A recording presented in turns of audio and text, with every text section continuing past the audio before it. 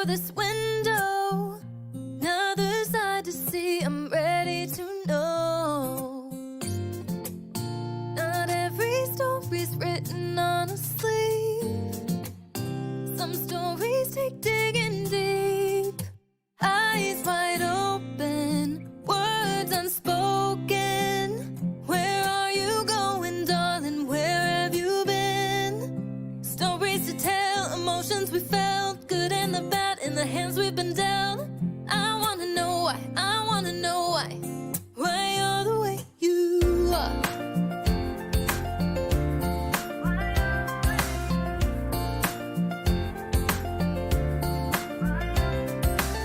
He's from the city, she's from the south. Two different chapters told miles out. The back row living in his White House.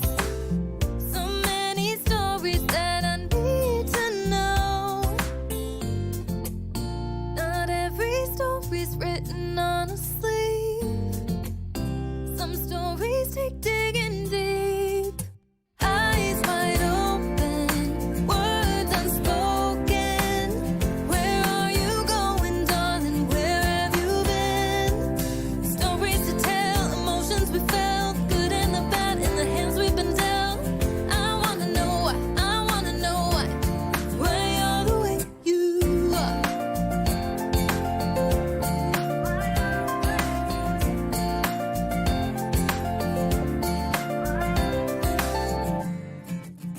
So many stories right in front of me. Some people climb to heights I've never seen. Too many falling down off their feet. These stories take digging deep. Eyes wide open, words unspoken. Where are you going, darling? Where have you been? Stories to tell, emotions we felt, good and the bad in the hands we've been dealt. I wanna know why you're the way you are. Why you're the way you are.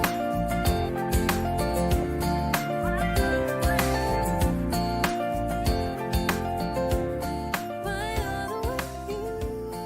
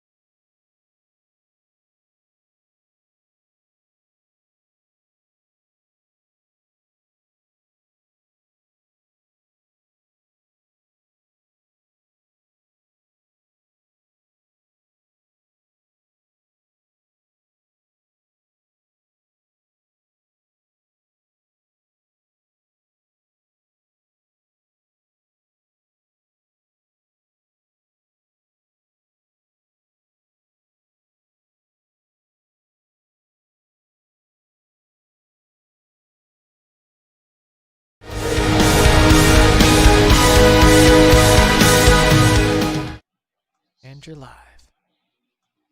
Did you say we're live? All right. Hello, everyone. Welcome to Silver Sunday.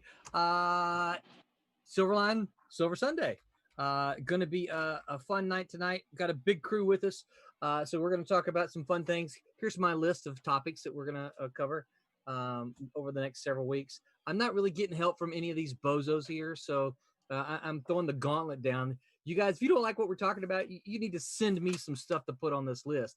I think all of this has come from me or the Wednesday guys, and I refuse to accept that the Wednesday guys come up with better topics than what we can come up with. So I'm But throwing you the said all gauntlet my down. stuff was obscene. Well, okay, that's yours, but I'm Sorry. talking for the rest of the people. So, okay, so I lost my list. Where's my list of? Okay, so I remember it though. I'm gonna do this from memory. So first Kickstarter updates. Kalis 1 and 2. We are still waiting for artwork from Lewis from Argentina. Lewis emails me probably once a week and just says, "Hey, here's the latest." It is still stuck in customs, so there's nothing that we can do. There's only about 5 or 6 of you, and I really feel bad that you don't have your reward yet. But we're still waiting. Excuse me. Divinity and Twilight Grim, we're done. It's all out, all done. Everybody, you should have your stuff. And the good news is Alex Sarabia just finished was it page 13, Barb? Oh, no, he's up to like 17. 17. So see, we are so close to bringing number 2 to you. And I think I just finished inking page 11, so I'm about 6-7 pages behind him. Okay, well, that's for you. That's nothing. So we're doing great on that.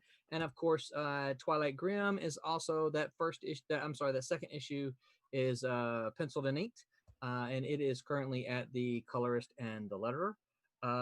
The current one, the most recent one was Bloodline and Friar Rush number 1. You all should have received the digital stretch goals of the PDF for the short story, Does the Bloodline Run on Time? And you should have received Godlings 1 through 5, done by our very own Aaron Humphries right down there. So you should have received those. You don't have the digital sketchbook yet. I'm still assembling that. It's not been at the top of my list, but I am putting it together. And so hopefully that will be within the next week.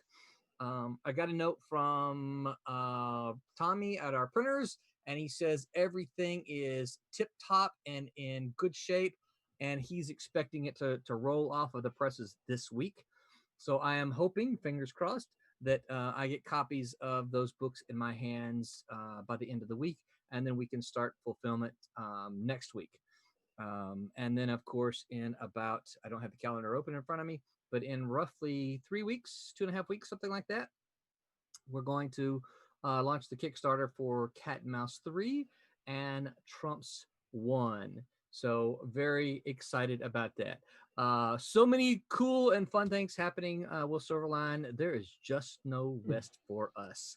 All right, so don't forget, we have a merch store. And I've actually been talking to my lovely bride, the CEO, and say, I gotta get some merch so I can hold it. I drink regularly out of this thing here, but it wouldn't be neat if I could. And there's Demon right there. I think so. So, Barb's flying the colors there. Good job, Barb. So yeah. So don't forget, we do have a merch store. And of course, I'll put that information in the description below. But let's get everybody introduced here before we dive in. I am Roland. I am the writer of Cat and Mouse and the upcoming Trumps, and the chief wrangler of everything you see here. If something's wrong, it's probably my fault. If something goes right, it's probably the responsibility of everybody else here. So, but you know what? It's comics. I have a lot of fun. I don't sleep a lot, but that's okay, because I'd rather be doing what I love, work myself to death that way, than to, be whining and moaning and all that other kind of stuff. So, so now we'll just start with Murderer's Row. First on my Murderer's Row is John. John, tell everybody who you are. I am the resident Viking and Prince Voltan of the group. Thank you. I'm glad you said Voltan. I would have been upset if you didn't. All right, so I won't say it next week. Um, um, I am just an inker on Friar Rush.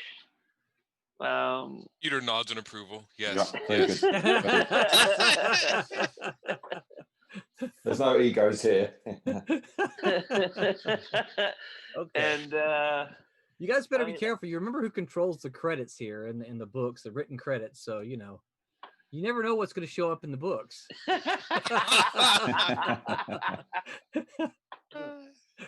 and whatever else Roland needs me to do, or if he needs me to do anything else.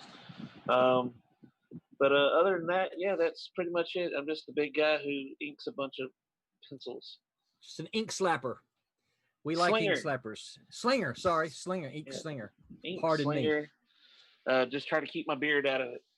me. Yeah. All right.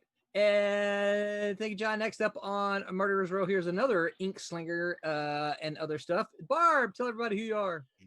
My name is Barb Kjellberg, and I am an ink slinger for 30 years. I'm currently inking Cat and Mouse, and I'm the co-creator, co-writer. I am the creator, co-writer, inker, and colorist on Divinity, and I am the colorist on Sirens, which is what I'm working on right now. Cool. And I'm the CFO of Silverline, so That's right. I'm constantly bugging Roland for invoices and bills. She's, hey, Roland, where's this? What's this $4 here? I don't know. What does it look like? Yeah, I don't know either. So yeah, we've been swapping lots of emails, but she keeps me straight. We need that, and it's good for us, right? It's good for transparency, and I like it quite a bit. Next up is Curtis. I am Curtis Fujita. Thank you. I'm the creative director at Silverline, the editor on Kalis, and I'm also an artist both in comic books, video games, and animation. So that's me. Sweet. And Curtis is also working on his own thing. That we're still a little bit away from it, but keep your eyes posted. We're going to see some of it here in the not too distant future. Next up is Delia. Delia, who are you? Stop sanding. Sorry. Yeah. Hi, I'm Delia. I work on Marauders and the Rejects, and I'm doing colors for those. And I'll introduce Becca since I'm talking. Becca, who is inking the Rejects and also coloring the Marauders with me. So. Cool. Are you sure Becca's not inking Rejects? We can do that since she's muted. Becca, do you want to go ahead and is she sharing? Brett, is Becca sharing? Yeah, she's sharing character designs. Okay, cool. Yeah, I'm Good watching. deal. I'm watching her now. So okay, excellent. I see it now. I had navigated away. So thank you, Becca, for sharing that. And she's inking. What is she inking? Scan out the Rejects. Oh, yeah. Okay, good. she Excellent. also colored Friar Rush. Okay. Yeah. Very Never cool. Next up on Murderer's Row is Pete. Pete. Oh, ahoy, hoy. Yeah, I'm Pete. I'm just a penciler, and we cover this. I don't know what else to say now. I pencil stuff. That's it. Yeah. There's nothing more glamorous about it than that. Dandy too. That's a British word, isn't it? Dandy. Sure. Yeah, sure. Sure. We'll just say yes. Okay, thanks. Yeah, Pete's like, yeah, what do you mean? You're from Sure, you're from Mississippi, whatever. Yeah. And then we got Aaron. Aaron, tell everybody who you are. I am the penciler on Fire Rush, which #1 just came out, and right now I'm doing my own comic and trying to quickly finish it, which is on Webtoons and in my store. And Goblin is it, and then I have other stuff to do. Hopefully after that, hopefully stuff for Silverline, other stuff, things planned, and so I'm on page 5 of my book, so I'm going fast. No, I'm getting it done, so it'll get done quicker. Yeah, and we've definitely talked. We've actually talked with Aaron. For those of you watching, we want to try to keep him and hang on to him here, so that once he's done with Godlings, we'll find something else for him to do. That is the plan. That Yes. is the plan. All right, so let me look through my that. So, and joining us for the first time ever, making his internet appearance, the hermit who has no social media. Give it up for Wubba Fett, everyone. Wubba, Woo! Yeah. tell everybody who you are. I'm Wubba, and I am the penciler for upcoming issue of Cat and Mouse. That's it. Yeah, and it looks great. We don't have any this time, Wubba, and it is totally my fault. What we do, what you don't get to see here on our end, is that as we're introducing ourselves, Brett usually pops up some images of some of our projects and stuff, and so I've got to get him something of yours that he can pop. Okay, and he's I didn't know we did that. yeah, I didn't know that either. Yeah. Well, I think you can't see it here, so you have to watch Yeah. you have to watch it either online. You have to watch it online so you can see it. But yeah.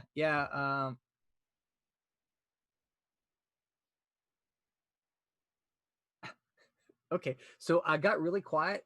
So, Wubba, we're glad that you joined us. Thank you so much. We're looking forward to seeing all the cool stuff. And I got to tell you, everybody, I've seen, I want to say 5 pages. You skipped 2 and 3. I've seen. Yeah, I skipped a double page spread because Yeah. the thing just intimidates me right now. I don't know what it is about the double page spreads that intimidates you guys. Jack Kirby did them. Come on now. Well, my whole thing with the double page spread is like when I was, when you're learning, well, at the time when I was learning, like through the 90s and stuff, everybody was doing them. Yeah. Yeah. And now nobody does them. So you retrain yourself not to do them anymore. Yeah. And my, the people who, Kablam, who prints our books, they kind of chew me a little bit about the double page spreads because they're like, yeah, nobody does double page spreads anymore. And I'm like, yeah, but I don't care about anybody else. I'm not really worried about what, my whole life, I was never that person that worried about, oh, look, he's got an alligator on his shirt. I need an alligator on my shirt. That wasn't me, right? That was never me. And so I like them. I love Jack Kirby's. I think I sent you a link too, didn't I? What about all the Jack Kirby? Yeah, that was an amazing piece. Aren't they beautiful? I mean, those are fantastic. You just scroll. I could just scroll through them and spend. I mean, yeah. When you sent me that link, that's what I was doing. I was just sitting there looking through all of them. and my favorites are the ones from Black Panther and from Captain America. Those are, and they're all good, but those are just so loud and in your face and such energy. There was some really crazy Fantastic Four ones with the Silver Surfer that were yeah, insane. Yeah, I sent them to you too, didn't I, Pete? Yes. Yeah. Yes. See, Yes. I Did love you send them inking any- double page spreads. Yeah. Yeah. Did you send him any George Perez's infamous double page spreads? Those things will make you cry. No, I did not. No. So what's happened, Aaron? And I'll dig up the link. What's happened is someone has taken Jack Kirby's double page spreads and made a Flickr photo book out of it. So you can literally just go there and just click next. Oh, that's cool. Oh, it is so cool. I'll have to check that out. I'll dig up the link. I'll dig up the link for y'all, and maybe even put it in the description here. Yeah, I'd love to see that. I didn't even know that existed. Yeah, it's I don't know who's done it, and I but it literally it's alphabetical order. It's got a bunch of Commandy in it. It's got Omega Men, all kinds of stuff. But yeah, it's very, very, very good stuff. I love it, and it's not unusual that I include the link in the plots when I say, "Hey, we're going to do a double page spread. Here's Jack Kirby. Go be inspired." Yeah. Yeah. Behind the scenes. So if you see me stop talking sometimes, or if you see me get confused, that's probably because my son is talking in my ear. Behind the scenes, you don't see him is Brett. He's the one navigating all of our technical production stuff. You'll never hear his voice, but he sometimes talks in my ear just to agitate me, really, and to throw me off. See, the other thing is everyone else can hear him, but you can't. So it makes me look nuts. Okay, so that's our crew. Thomas Flamani said, "What up? Have a great show. Have a great how." And then he says, "Show." Bobby Weskovich says, "Hello, big dummy. What's up, Screw Loose? Glad you have you join us." Eric Dotson says, "Hey, Silverline, I see a new face. Hey, Wubba." And then he says, "Inkers rule." More Tommy. Tommy loves doubles. They just don't translate to digital readers very well. And I get that. I understand that. But oh well. So today we are talking about things I learned from comics. And now this can be this can be kind of anything. It can be, specifically I learned how to screw in a light bulb. I learned, my morals or whatever, but this is just what did you learn from comics? I mean, we've all obviously been greatly inspired by them, or we wouldn't be on this stream at 9 p.m. on a Sunday night talking about making them, right? So what are some of the things that you learned from comics? And obviously, we're not going to get Becca's opinion, so we're going to speak for her. She obviously didn't learn pronunciation from comics. She's going to smack me next time. I know. She sees me. She's gonna start writing stuff on the screen. Yeah. She's gonna. She hadn't seen Tommy when she's high. Okay, so who wants to jump in first? Yeah, so you got to watch her on the stream. So she just wrote hi. But who wants to jump in first? What'd you learn from comics? Anybody? I'm the old geezer here, so I'll jump in first. I've been doing this a long time, 30 plus years. And I took a break, went back to what I did before comics, which was accounting, which is how I ended up as a CFO for Silverline. And when I did that, I realized that there was a real difference between what a career is and what a job is. It was very, very apparent to me that accounting to me was just a job. I mean, it was a way to make money. Comics is my career. It's my passion. When I started out, I was so driven. I didn't realize that you could have such a passion for something that would drive you to stay up for 24 hours at a stretch just doing something. It was eye-opening to have that much passion, that much drive to do something. I'd never experienced something like that in my life until I got bitten by the bug. And I was so driven to succeed that I would sit there and practice for hours and hours and hours, and I wouldn't even realize that time would go by. That's doing something that you love. That's a career. And it's funny that I like that you said that. You sit there to spend so much time, and you don't even notice the time passes by. Isn't young love much like that as well? Yes. I mean, right? I mean, when you're young and in love, and you spend time, You're not young love anymore, Brett. You got 3 years behind you. But yeah, That's still young. But that's what happens, right? I mean, the time seems to just fly by. You're like, holy crap, we've been spending 6 hours together already. I think there's that whole love and passion thing. When do you think you made that realization, Barb? Well, I mean, I realized right off the bat that the drive and the passion.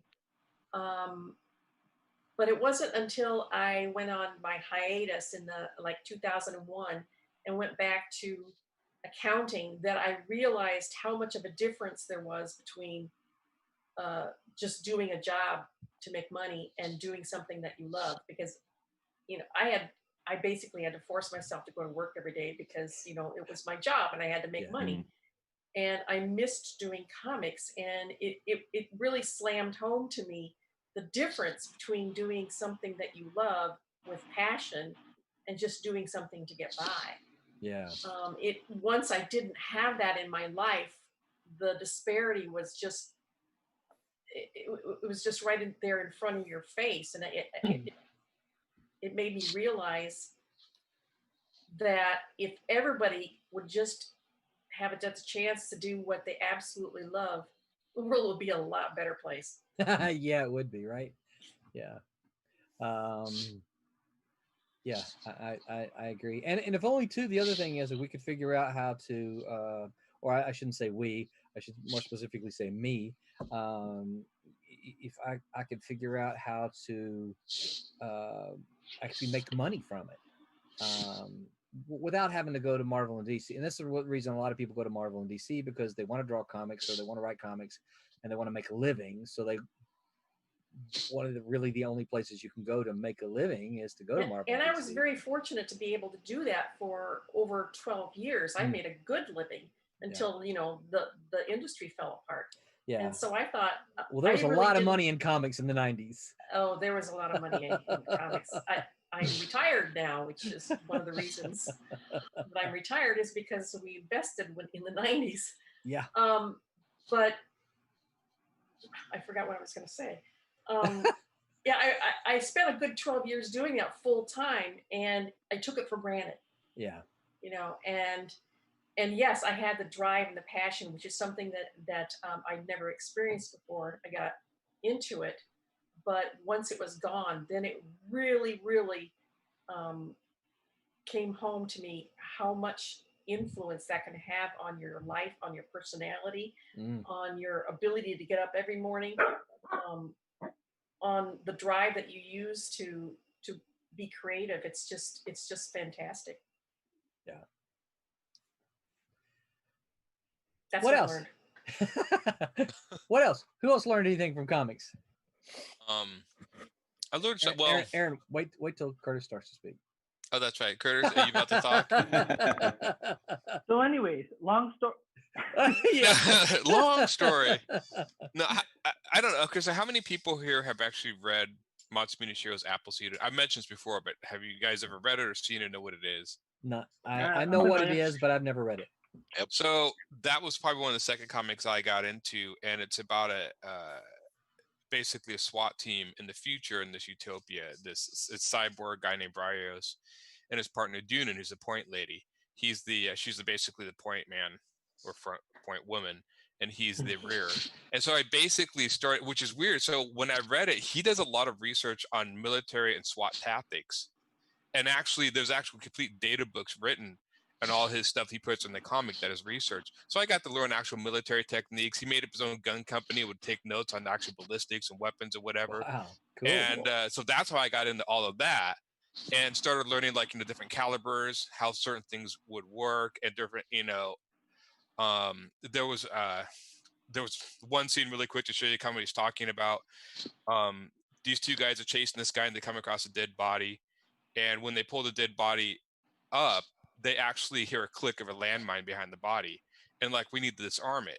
There was another in this future, it's Cyberpunk, so it's a cyborg, and he's actually a demolitions expert who actually they meet up with, and they're like, we need to defuse this body. Defuse landmines so we can get out of here. And the guy, the demolitions expert, looks at the landmine, and then takes the landmine and chucks it across the room. And what are you doing? You could have blown us up. He's like, that mine was never meant to blow you up. That mine was meant to basically deter you and hold you up so that they can get away. It was a dummy. And so he would put all these actual tactics that people would do.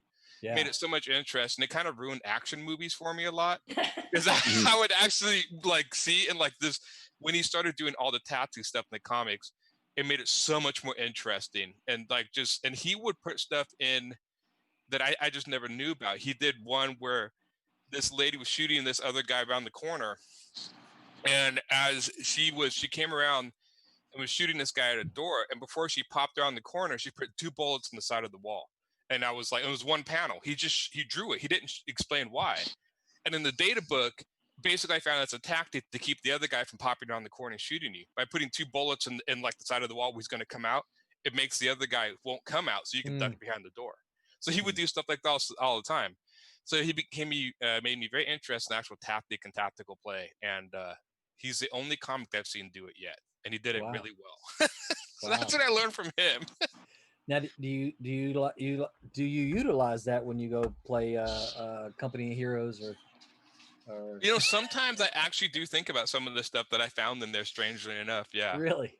yeah, some of the stuff that he taught. Now, whether this is, but he's just one of these guys that would research tons of stuff and then write, and he'd write hand notes in the margins of the panels Oh, about wow. like, he would do stuff like, yeah, I know this is like a 30 caliber and we're going to breach the wall, but you got it. Like, he would talk about like if you did something wrong, he would explain You like mean the caliber's in the not right. comic itself? In the comic itself, so he'd write Wow. little hand notes in the panel In the to margins? explain like Oh, different. okay. Yeah, he really loved that. It was really fun.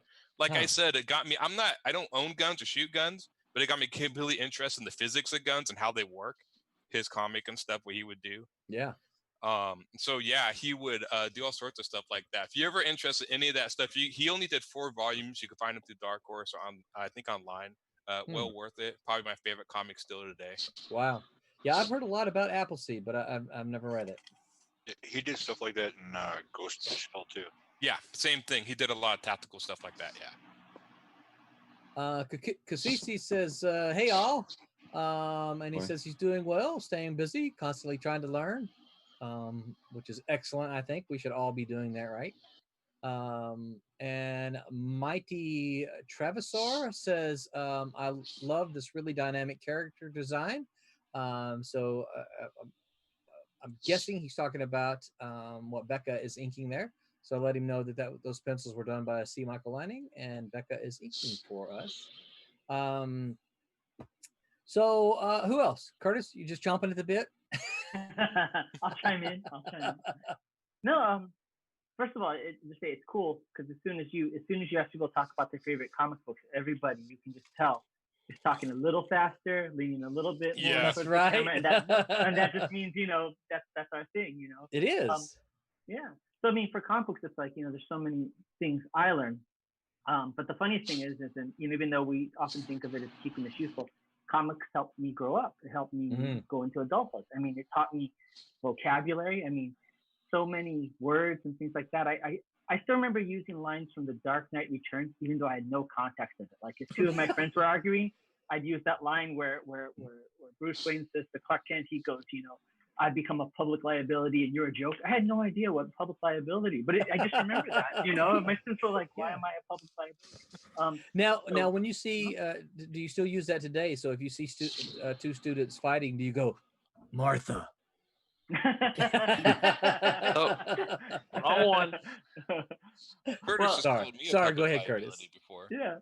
No. I mean, for me, it's definitely vocabulary, but also I agree with that. Morals, code of ethics, and even like ideas that I wouldn't encounter as a child, but I would go into adulthood. I mean, if you're reading Daredevil like I was when I was like 6 or 7, right? You're like, what is going on here? What is the context of that, right? And so there's a certain maturity level that I feel like I actually got from comic books, whereas the common thought process would be to keep you immature. But I learned a lot from comics, Yeah. So, yeah. I think I learned it. I have to second the vocabulary. Yeah. Oh yeah. Yeah.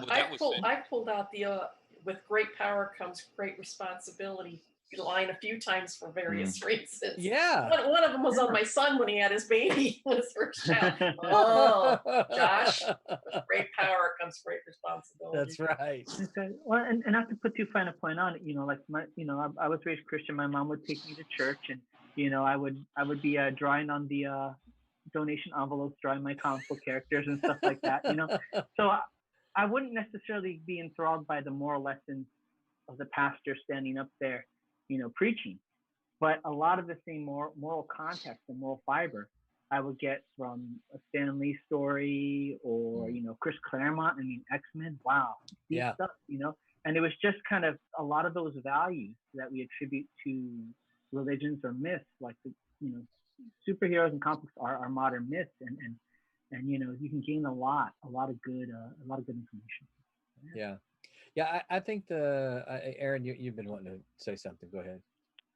Oh no, I totally forgot. I was going to say something probably just completely rude and insulting to Curtis, but he So- took it all away. So that's okay. We're going to turn the tables on Aaron tonight. Anytime Aaron starts to speak, Curtis, We're gonna be start. counting. I think Barb mentioned the great with great power comes great responsibility, and I was a huge Spider-Man fan. He was he was my favorite superhero up until I discovered the Vision.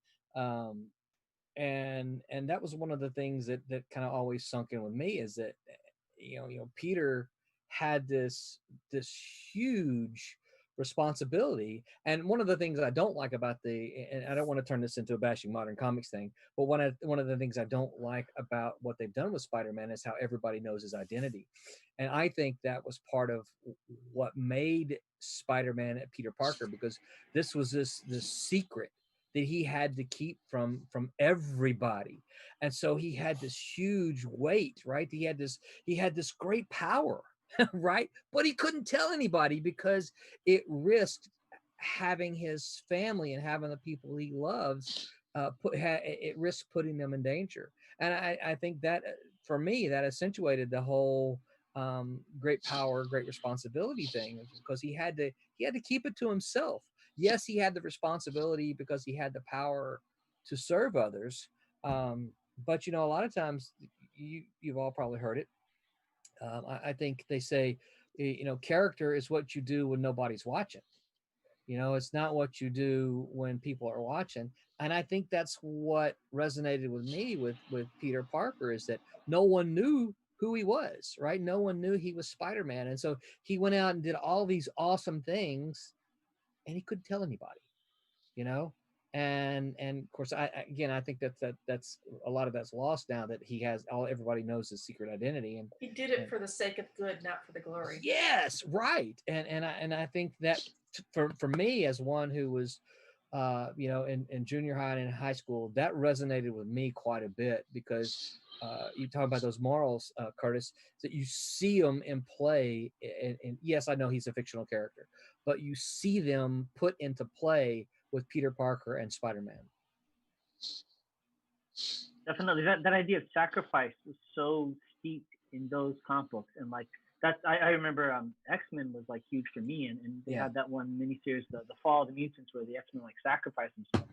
Yeah, and that's heavy stuff for a kid to read, It is. But so deep, and that idea, we live in this age of Instagram, social media, all that kind of stuff, where you get instant credit for everything that you say. You don't even have to do it; you just say it, right? And here was these stories about characters who would actually press that down, who wouldn't get credit for it. It's a completely different dialogue. Yeah. Yeah, I grew up on the X-Men. That was probably where I learned a lot of morals and stuff from X-Men. But the rest of my comics, obviously, not when I was getting into like Sin City is probably not a good place. Ninja Turtles, the old like Peter Laird stuff. That was cool stuff, but I'm not really sure. I mean, I learned Metallica was cool from that. Yeah, that X-Men I think was the only comic I read that had morals, but I was always into all the underground stuff that was like, yeah. And my mom never picked up on when I read Sin City, because I think I was in high school. She was like, "Oh, just buy what comics you rent," but she wasn't connecting what that was about. But I love that series. Still have them all.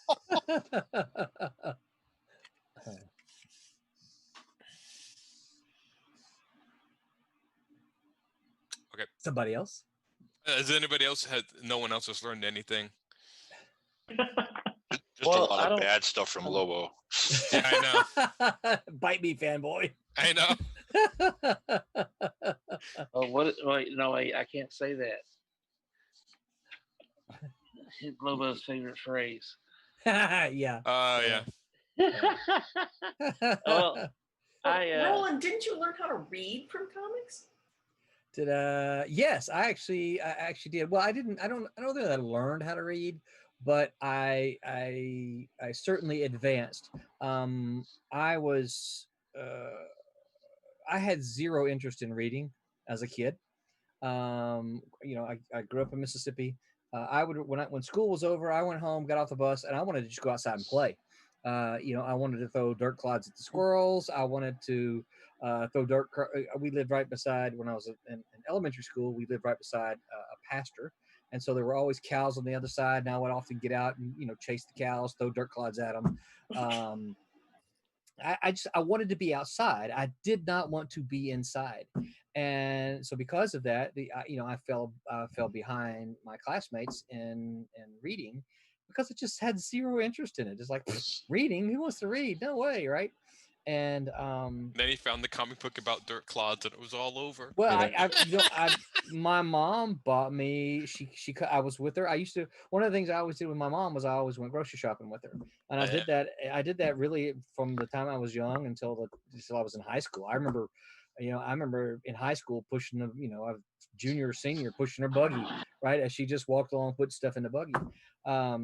And I remember when I was young, one of the things that you know how kids are, we up near the checkout. This is when you could buy comic books everywhere, right? Up near the checkout line, there was this comic book yelling at me. It had this colorful character on there. I'm like, whoa, that looks cool.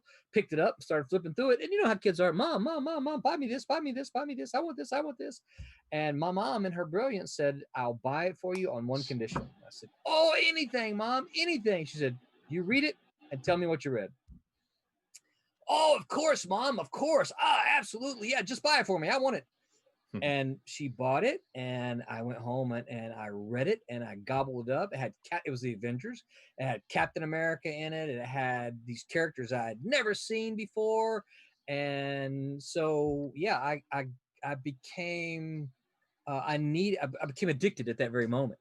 And I had read some comics before, in school. We'd swap some around. I remember reading a Fantastic Four before, but just didn't really call to me for some reason. I do remember taking it and folding it in half and folding it in half again and sticking it into my back pocket.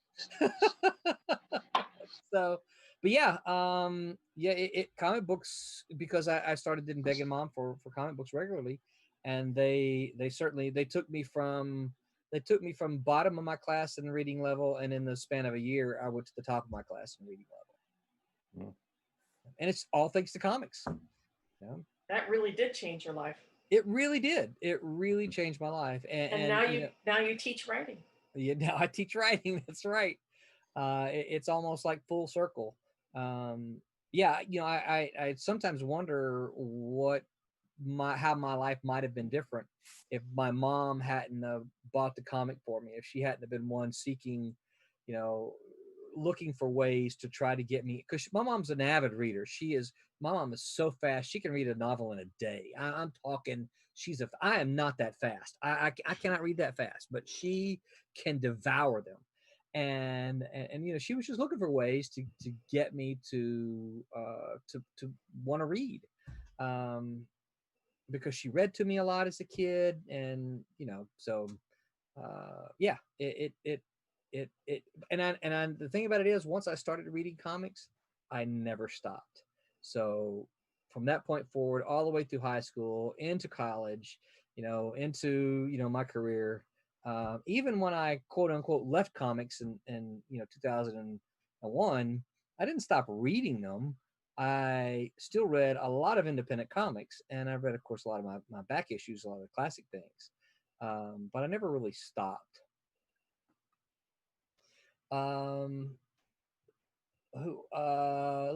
Let's swap over and get somebody else to share there. Brett, let me see, what are we looking at here? Wubba, pop your drawing up there, why don't you? I think what you're gonna have to do is you're gonna have to kick Becca off for a little bit. I think it'll ask you to kick her off. We still love you, Becca, but we're kicking you off briefly. Brett, can you put Pete up there at the same time, since he's got his screen there on the Zoom? Okay, why don't we'll do that. With that. What a shame. Yeah. Why don't we do that, because it's 9:39. We'll do that after the after Wayne Hall's review. Okay.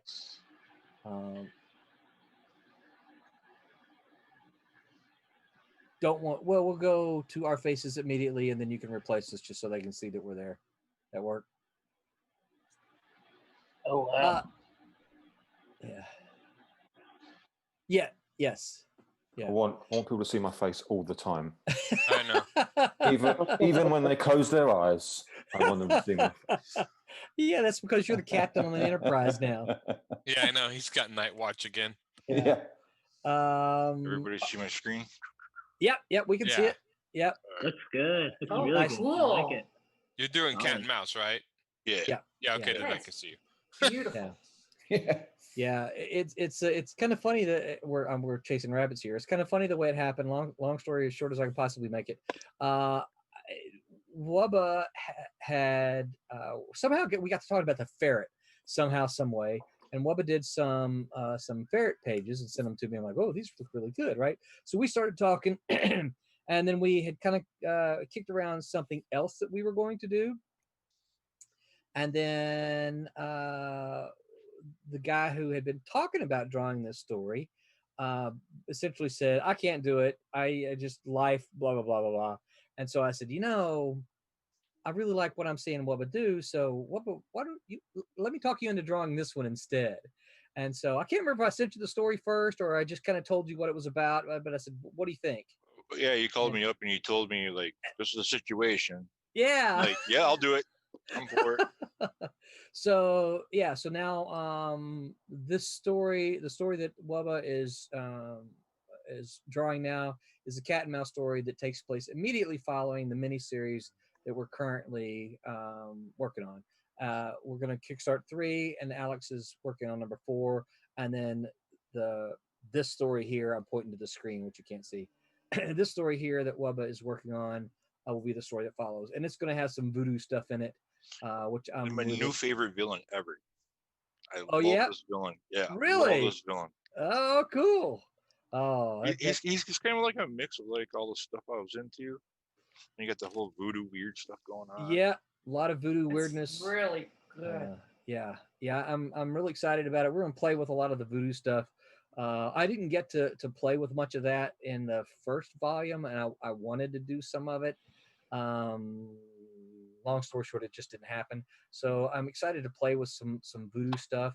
I don't have the book here with me, but I've got a book on a history book on all the voodoo in New Orleans, and so I've kind of been reading up on that, trying to refresh my mind about all the stuff. So yeah, I'm really excited about it, and it's looking fantastic. This guy Bayou John here is incredibly scary, and he's going to be scary in the story. So yeah, I'm really excited about that. I did learn one lesson drawing this stuff. Becca though. jumped on Facebook. She says, it's okay. Love you too. And Eric Dotson said, nice stuff, Wubba. Thank you. I did learn one thing though. When you're designing characters, don't go crazy. You got to draw this stuff for 22 pages. Yeah. So you're saying you don't want to go adding a whole bunch of pouches? No. I mean, I had to dial them back just a tad. yeah. Just a tad, because all the severed, like the little shrunken heads and stuff, weren't gonna work. Yeah, but they look so good. Oh, they look amazing. All right, somebody else. Well, it's 9:43, I guess. Brett, let's go to we got an interview. We've got a independent comic review from. We just put Wubba up. Now we're going to a break. Just stay there, Wubba. Don't go away. Wayne Hall, our friend Wayne Hall from Wayne's comics podcast, does indie comic reviews for us about every other week. And so I don't remember, Brett, what's the file name? What's he talking about this week? You remember? No. No. It's an independent comic book that Wayne is going to be talking about. So don't go away. Listen to what Wayne has to say about this cool independent comic, and our crew will be back as soon as Wayne is done. Hi, it's Wayne Hall back again with another comic that you can order through your store that's an indie comic. I wanted again to talk about young adult comics because they're all the rage these days.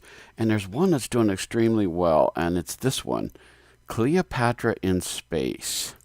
Mike Mahek is the writer and the creator, an artist, and all these good things on it. this book is available from Scholastic, like Amulet, which is another one I really enjoy. And the reason I'm talking about it, well, there's a couple of reasons actually, but the main reason I want to talk about it is because this is the concluding chapter. This is the 6th book in the series. And it's a really interesting story. Let me read the back here. Of course, this is Cleopatra, the well-known one from Egypt. It says, "The time has come for Cleo to fulfill the ancient prophecy that declares her a savior and a hero, a prophecy she still struggles to accept. Cleo is joined by old and new friends as they fight to defend the galaxy she's come to call home against the evil Zaius Octavian," and I might be mispronouncing that. "The Queen of the Nile must summon the strength to face down her enemy one last time and keep both her friends and herself alive." This book, I became familiar with it when I went to conventions because Mike was selling them at booths at several of the conventions I've been to. And I didn't get it for a while. I was always short of money when I came to his stuff. And his books, they're usually, this one's $14.99, so it's a little more expensive than some of them are. And by the time I heard about it, there were several volumes already into it, and I never seemed to have enough money to be able to get it at one time. And so it took until I got to Baltimore Comic-Con a year or two back when I saw him there, and I think the first 5 volumes he all had, so I got them all. I had enough money to be able to pick them all up, which I really enjoyed. And then I started to read them, and I really liked it. You know, I have this thing, as you well know, for strong female characters who are leads, and they don't get much stronger than Cleopatra, to be honest. So I was drawn to that, by the way, and I'm always interested in a fish out of water scenario, somebody from the past who has to deal with the future. There's a lot of changes that have gone in the world, including the cats no longer act like they're in charge. Many of them are in charge in here, and that's a pretty cool part. And it's just one of those great books that I think young girls in particular will enjoy. There's some romance involved, lots and lots of action. You've got a female character, Cleo, who has to adjust to unusual circumstances and make things happen. So I really liked the premise of the book a lot. And I really enjoyed the whole notion of her being in the far-flung future and having to deal with things that are way beyond her. And she does that quite well. The art, of course, is quite good. I really enjoyed this book. The way that he does the art and the characters and stuff like that. It's a very moving story. Things happen on quite a rapid pace, which I like. And the characters are kind of fun around her. She has a girlfriend right there and a friend who's kind of a cyborg of sorts. And part of the reason I want to talk about this book is because if you get the Peacock streaming service from NBC, you will find an animated series of Cleopatra in space in there. And I've seen the episodes. On mine, there's about 11 of them. And I've watched them all, and they're very good. There's some differences. Like, for example, this girl here, the girlfriend, she looks much more alien than she does in here. And there's a couple of other changes going on, but the story is pretty similar to what's going on. Now, the animated series is back like in book 1. It's set back in those days. And it's kind of a fun thing to watch her kind of struggle to get her footing in this time. So, and I really like the animation in the series, too. I was reading in an interview that he had done that Mike said that he kind of stepped back a little and let them do their own take on the series, which is fun to do. I mean, if you can do that and trust the people, that's great. I've talked to many creators who just retch about what producers and stuff do to their properties once they get a hold of them. They have to put their own stamp on it, and that makes a big change oftentimes. Not so with this one, I think. This one he seems to be pretty happy with. And having read the books and seen the series, I really liked it. So those are really good things. Another reason I'm talking about this week is that at this moment, I'm scheduled to talk with the creator of this for my podcast on Majorspoilers.com, which should post this coming Sunday. Now, sometimes real life gets in the way of comics, so it may not happen. Until I have it in the bag, I can't be trusting it. But I'm really looking forward to talking with him. If I can't do it this week, it'll be sometime in the future. But just look it up on Major Spoilers if you can and see about that. You know, it's tough, I think, at times to put a well-known historical figure into something like this But I think moving her into the future, I think was a great thing. I think that she is somebody who is used to being in charge, or at least being raised as royalty. She knows that she has to take command at some point, be in charge. And, at the very beginning, we see her father and stuff like that. And it's a really interesting setup to watch her mature over the 6 books. And she has lots and lots of challenges along the way. And to see a strong woman, a strong female character, maybe be a better way to say it, to move forward like that is really something I think young adults can really enjoy. And again, young adult books, every time I go to Target, I see a whole wall full of them. And Dog Boy and all these other ones I like to talk about. I don't usually see these in there, but it may be just the area where I'm at. But bookstores can order them, like comic stores can order them that way as well. If they got to go through Scholastic, they can. I found out about the other books sometimes through the store. It just depends on the store whether they want to go through that or not. I'm not sure. Again, Diamond's set up right now. I'm not with it as far as what they're up to and what they're going to do as far as these kinds of books. But it is a book that I have seen in bookstores, in comic shops. Whether they continue to do that, I don't know. But I would say look it up. So why don't we start to get, I did show you the artwork, which I really like. I think he has a very smart artwork. He does online show like drawings of Batgirl and Supergirl every once in a while, which I really like. So he does the female figure, I think, particularly well, particularly a young female figure. I like the look of her face and the way that she appears and stuff. I think that's really well drawn. So I want to make sure I mention that. Let's get to the grading. The writing, there are 6 volumes again, remember, and the 6th one just came out. I just got this like a week or so ago. The writing I really like. I think it's very well done for a young adult book, which I think, it doesn't talk down, but on the other hand, it really does a good job of fleshing out the characters, the bad guys as well. They're not just one-tone villains. There's other things going on that make it fun. And ends particularly well. Let me say that. I'm not going to spoil the ending. I really like the ending. I thought that was a nice ending, the way that it ended. So I really enjoyed it. I think the 6 books are well worth reading. Even if you're a quote-unquote adult, you can read these and really enjoy them because I think there's lots of good fun things going on. So I would give an A for the writing in this book.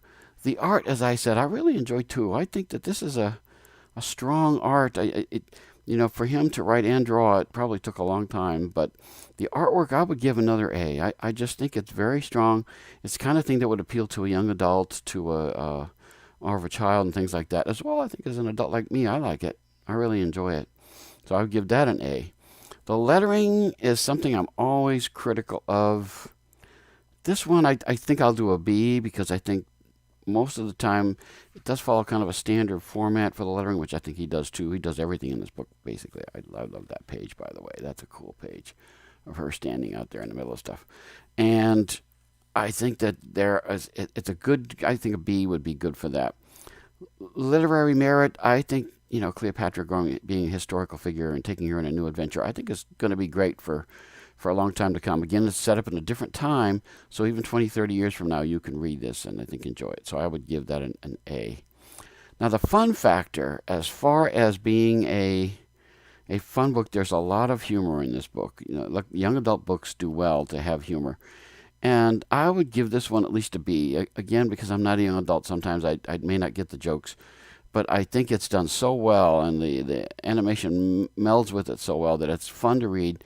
So at least a B as far as that goes. Overall grade, A. I think this, again, it says something that NBC picked it up and turned it into an animated series. So I would get this book. If you can get them all, I hope they're going to collect them all into like one big book, but I haven't seen them say that yet. But these 6 books are well worth it. If you have a young teenager, particularly a young adult, young kid, particularly a young female, I would recommend this highly for those. So that's it for this week. Be back next time, and until then, keep reading your comics.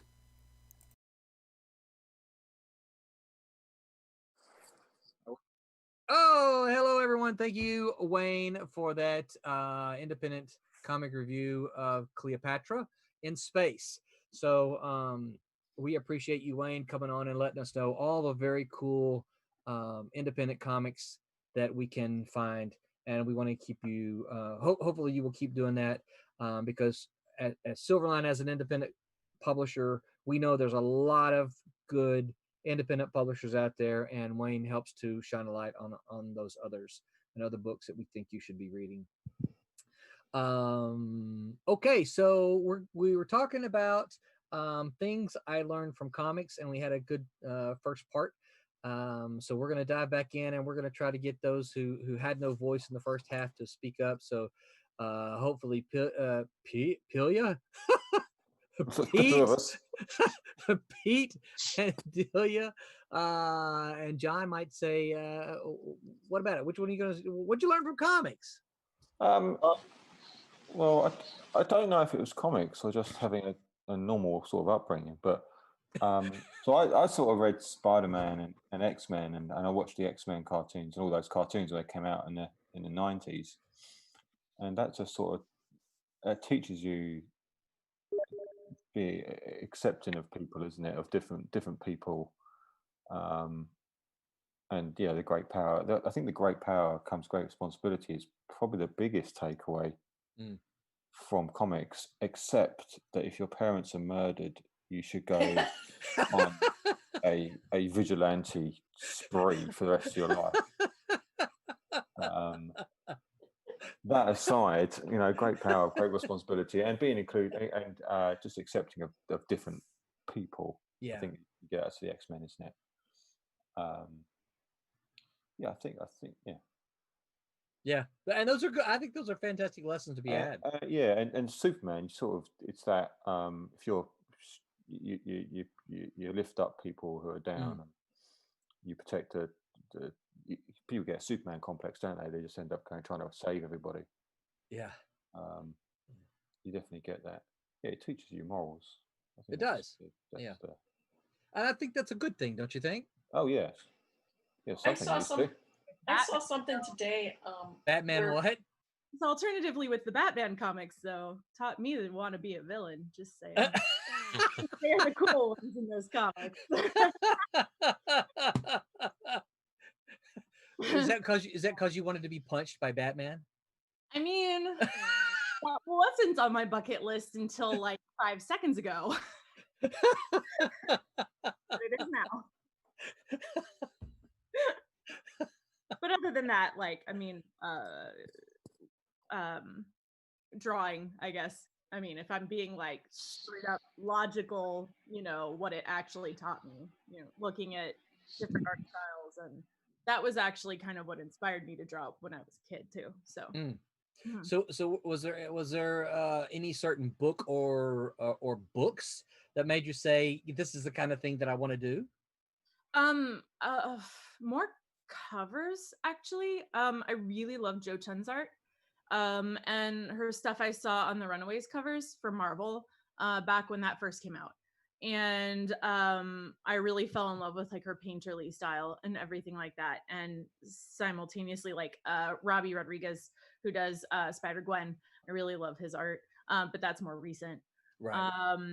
But no, like as a kid, it was more just like absorbing. I'm terrible at looking at names, like especially as a kid. I'd be like, oh, I really like this, and so I'd like absorb the style and then not really process who drew it, which is an artist's worst nightmare growing up. Now, as an adult, I'm like, great, cool, but at the same time, if I can inspire a kid and they don't remember my name, fine. So are you still that way, or do you find that it's changing a little bit? No, yeah, now I pay attention, obviously. But so if you ask me like who was your inspiration as like a 10-year-old, I'd be like I have no clue. But I could pull out the books that I have. I haven't actually gone back to check because they're at home in my parents' house, so I have no I can't check. Right. Now, are you back in New Jersey for school? I am, but I stay at home in my parents' house. I live in New Jersey. But okay. I live separate. Gotcha. Okay. Well, I knew the Kubert School was there in Jersey, and I didn't want to make assumptions that Right.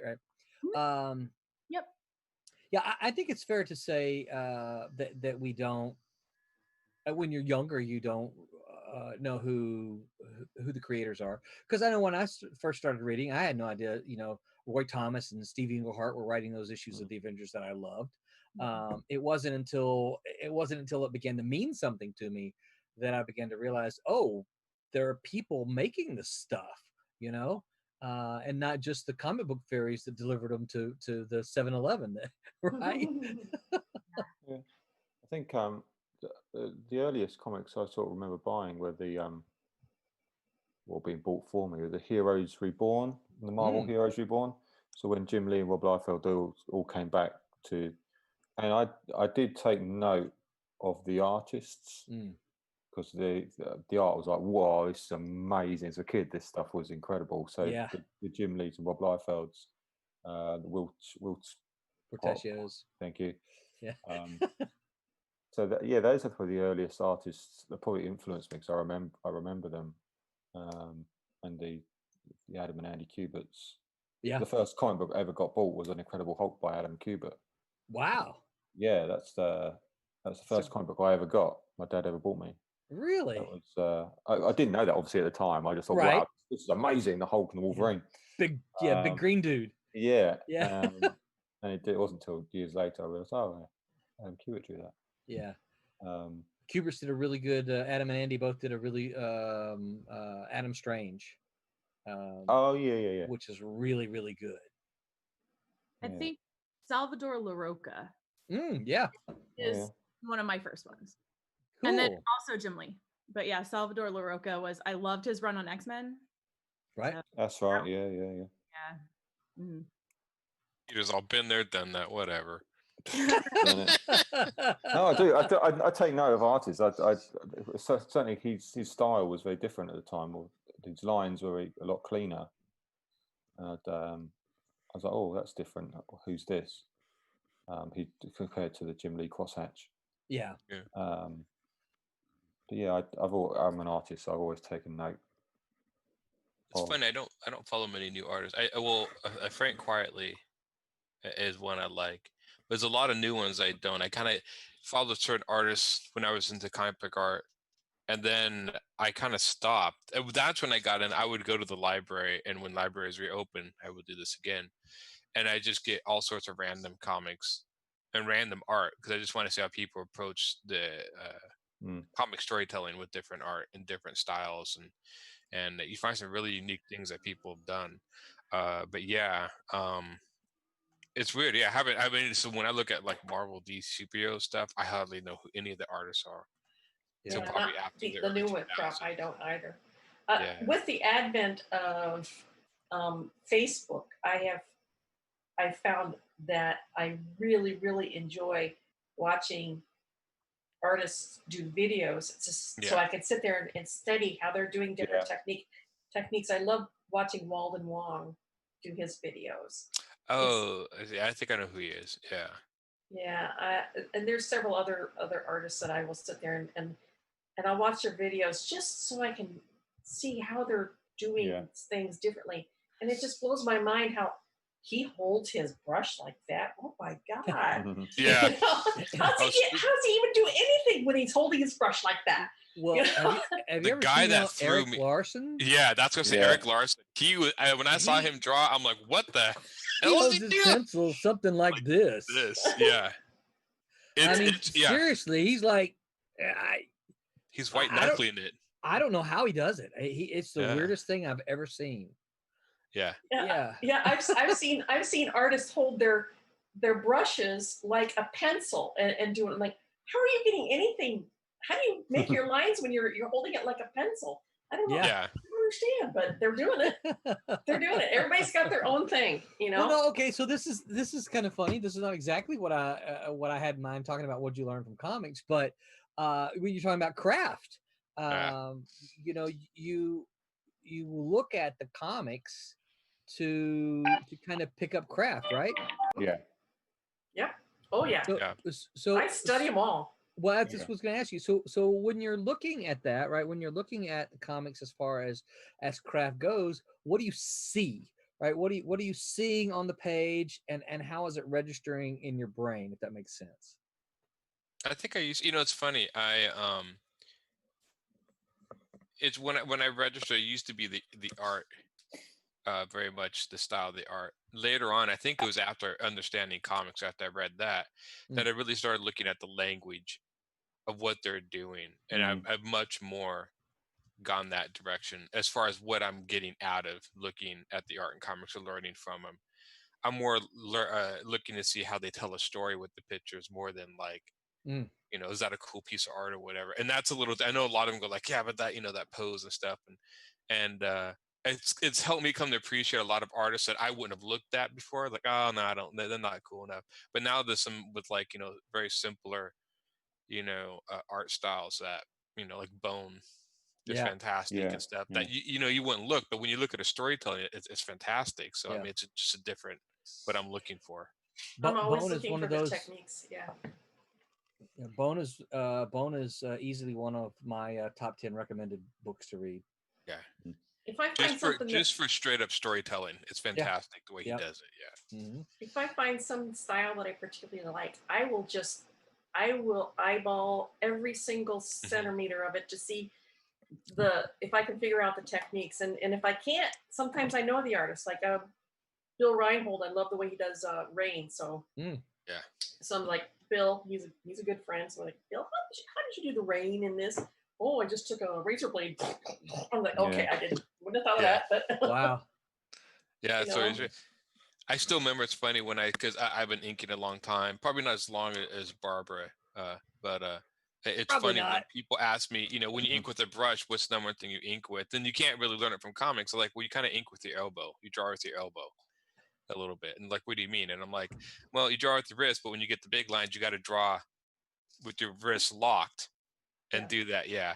And they're like, what? And so, yeah. And that took me a while because studying comics, you don't get that. But like you said, when you watch videos of people actually doing it, you start this, okay, yeah, you're drawing, you're locking your wrist or whatever. You lock your wrist, yeah. Have you ever seen Frank Miller's Ronin? Yeah. It's just fascinating because you can see that's the moment where he's experimenting with everything that's going to follow him for the rest of his artistic career going forth. There's panels of Sin City in that. There's panels of like Moebius kind of hyper detail, and then there's callbacks to his Frank stuff, which is like Daredevil stuff. And it's such a cool book because you can see him kind of navigating where he's going to go in the future, Yeah. Yeah. And Frank Miller's art is another one where it's you either like his art or you don't. I appreciate it because it's very simplistic now, considering what like the Dark Knight Returns. But the way he can do storytelling, especially in Sin City, there was a lot of ways he drew characters and they get mood. That's the one comic you want to get like mood in your comic and sort of that storytelling and mood. Sin City is fantastic for that.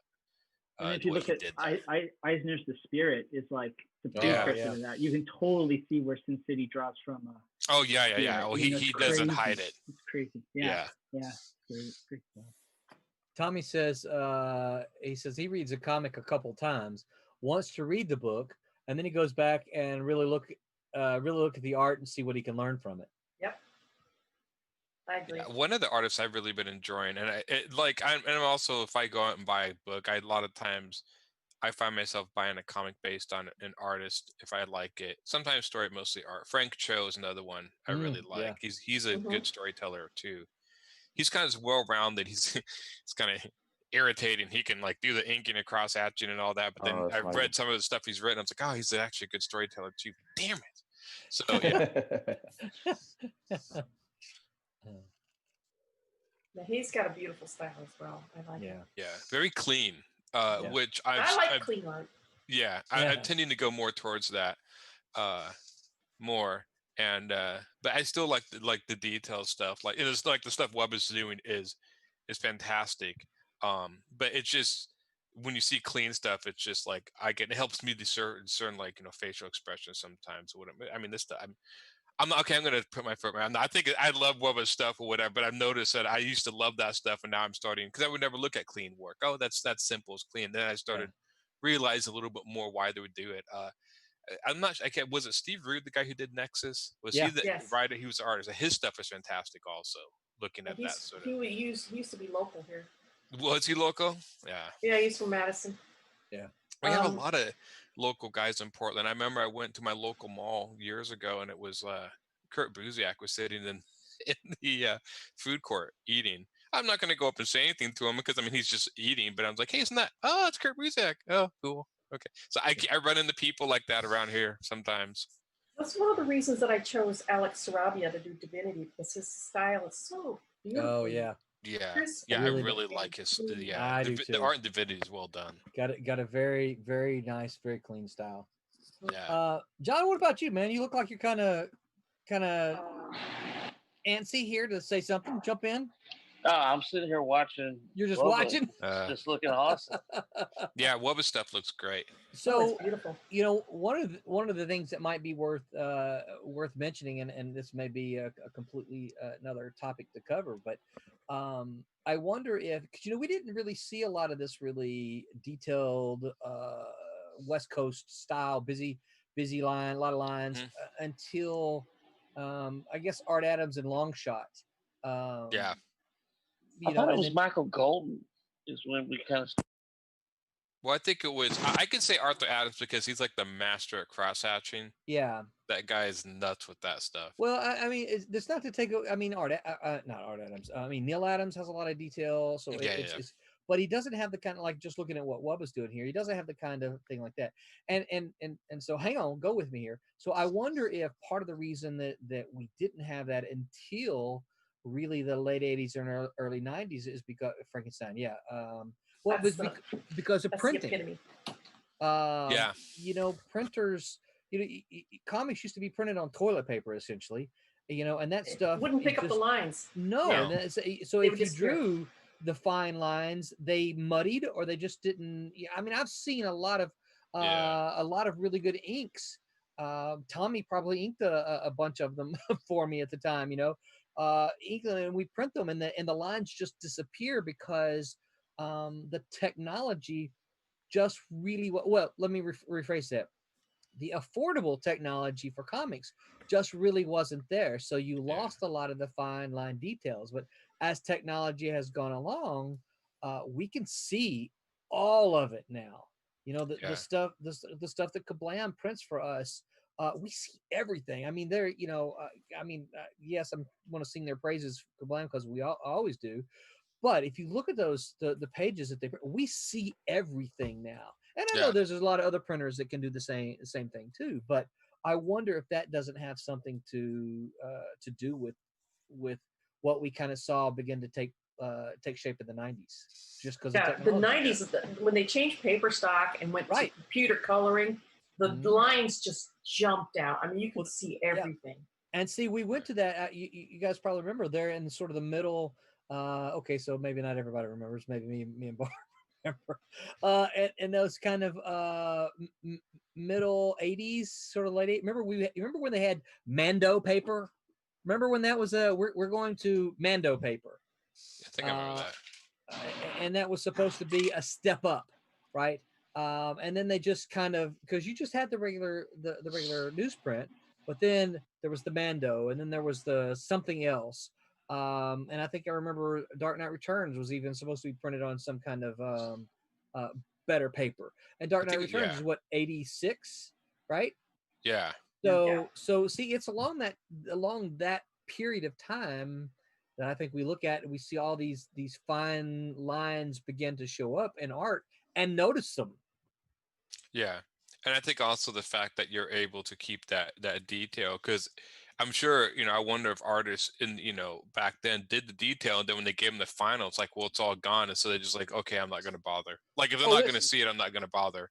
Oh, listen, I know that is 100% true, because I can't tell you the number of times I had conversation with inkers that when they got their books, they're like, hey, what happened to my lines? And of course, you know, as the editor, I just got to say, look, it is what it is, you know. Yeah. So this is what we print, and you know, you're doing, number one, you're doing them bigger, so you know that you're going to lose some of it. Yeah. When you reduce, and this is something, you know, I've talked to Tommy about this some, and Tommy, you might chime up there. But like, see, just even watching Wubba, and not trying to pick on you at all, but it's easy when he does it digital, right? To just take those two fingers Curtis was talking about and zoom that stuff right in. Well, then you could just get and put all those tiny little lines in. But when you zoom back out, how much of that is going to be lost in the print? You know what I'm saying? Yeah. It's definitely getting better. I mean, the fact that I'm able to just pencil my comic and color my pencils and still have my pencils show up is unique. Then there was a comic called Blade of the Immortal. I read some of it. Great Did book. it all in pencil. Gorgeous. Yeah, Gorgeous. and of course, technology, the old technology would not have been able to do that. But when he did it, in the book, it was just amazing. Yeah, Curtis has read it. It's just one of those things. You look at this guy's art, even though it's pencil, and it's like that's what made me start to think like, was it really possible to actually, do pencil or do different mediums? Well, did you see besides just pencil and ink? Yeah. Yeah, we've done like the first issue of Cat and Mouse. We had a graphite edition. Did you ever see that? Yeah, in which we printed the pencils, and it looked great. DC's done some of that. They've done the a black and Batman white, Hush. Yeah, it was just the pencils. Yeah. And one thing I was Jim Lee. Go ahead, Curtis. One thing I was thinking too is that it's probably like a confluence of different streams. It's like one, like you're talking about the technology, but two, international comics were making their way back to the U.S. So you had the Jean Giraud, the Moebius comics coming in, the Blueberry. You had the Lone Wolf and Cub coming from Japan, and Miller and people like that outright said that's their influence. So I think it was a combination of those styles were gestating overseas and coming back with more of an illustrative quality, and the technology that kind of led to that that surge that we see now. Yeah, I mean, especially Europeans, when they make a comic, they treat it like making like a book. So they'll take like a year or two to just make it. I think they release it as once. And I mean, their comics are like what? They're like these like perfect bound graphic novels, the books, but they take so long to do, and so they look at them as like for neat books. And I think a lot of them they treat the authors like they would like, okay, we'll give you an advance on money and you take all the time you need to make the book as best as possible. More like the publishing industry, and here there's more of a tighter deadline, and over there there's not as much. But yeah, it's just a whole different way of approaching comics. You were talking about going straight from graphite and doing it that way. Innovation did a bunch of books in the 90s where they skipped the inks altogether. They just colored straight over the pencils. So I wasn't Hero fond of the look. Huh? Yeah. Is that Hero Alliance? There was that. There was some of that. There was Michael Dymkiewicz from Australia did several books for them like that, and there was some Hero Alliance. I was working for them at the time, and I think there was some Lost in Space books that were done like that. I wasn't a fan because it lost that crisp, clean feel that the inks bring to it. I'm not saying this because I'm an inker, but I thought the graphite coloring right over the graphite made it look muddy. Yeah, I agree with you. I'm not a fan of it either because I think it loses some of that what I view as a sort of traditional comic look. When you lose those crisp black lines, it's different. One of the reasons I got the idea of doing mine, well, one, it fit kind of the look I was going to, but I got it from Disney animated movies. There were these strings. It was 101 Dalmatians, and it was like the Rescuers. And if you watch the animations, every few frames they'll put back in the underdrawings, and so you see these underdrawing lines flicker in and out. And it made I'd never seen anything like it. I'm like, this is a really cool style. So they cleaned it up, but almost left in the underdrawings and the roughness to kind of give it this weird look. And I remember just like, wow, that's really, I've never seen anything like it. I'm like, could you mimic that in a comic, and how well could you do it? And then that was my experiment. So if you look at Goblins, you can still see some of the underdrawing. But of course, the idea behind mine is I wanted to look like an old tomb, like something you find like an ancient. Like you would open this book up like an old tomb. That's why the pages look the way they do. When I did the ink, it was like, well, that's too slick. But when I did the pencil, I'm like, well, that looks like something that would be sketched on like in an old ancient monastery or something. And then the color. So that's kind of what I was looking for. So it served it more. But yeah, it's an experiment. And I'm always experimenting with comics and story. Like I think I told you, I did an Old West kind of comic book that was done in a children's book format that told like more of an adult comic book story, just to see if I could. It's done. Yeah. So yeah, I like to experiment with stuff like that. What about John? Did you ever think of anything? What'd you learn from comics? What did Voltan learn? That somebody's alive, Gordon, maybe? possibly. But then I've heard this Dean guy's name yelled out a few times. That's right. Yeah. I think I learned more from the creators of comics than I learned from comics in a way. Yeah. Because, I mean, obviously, stuff, it's like, well, comics, you learn, be a decent person. I can't really say that I learned that from comics. I had to learn that the hard way. But it's definitely an interesting question because you ask that question to people who artists and stuff. And I think, like, I agree with John. I'm going to be learning more about the art and the writing. But the initial question kind of theme is like, what did you learn about life from comics? I'm like, huh. But I wonder if you ask somebody who's not making comics who just likes to read them, you might get completely different answers. Yeah. Well, like one thing I keep reminding myself is try to go through this journey. His birthday was only a couple days ago, Jack Kirby's. Well, he didn't actually make it until he was 40. Yeah. Yeah. He was in his 40s, so it's like I have to keep reminding myself, just keep going.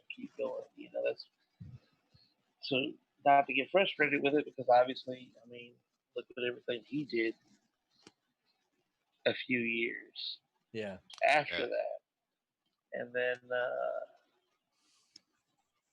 just the others, just a lot of the don't give up stuff that I heard from creators, the Todd McFarlanes and the Jim Lees and all them, and they were trying to get into the industry.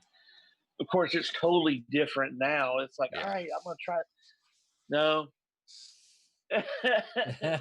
everything's different. You can't go talk to folks like you could then.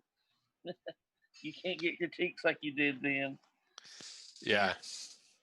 Well, the one thing that's really switched that I learned from John is I remember a few videos coming out that portfolios are not as big of a deal, but making a product, making a book, some sort of product to sell becomes your portfolio in a way. I've heard of that a lot. Like, if you really want to make it, just start making comics and stuff to sell, and then that will help you break some more of the chain. Yeah, the biggest change from back when I started was anybody can do a comic these days, just crowdfund it. There was no such thing as crowdfunding. Right. Independent comics you can just make your own thing these days. If it's good, it'll sell. Yeah. That's if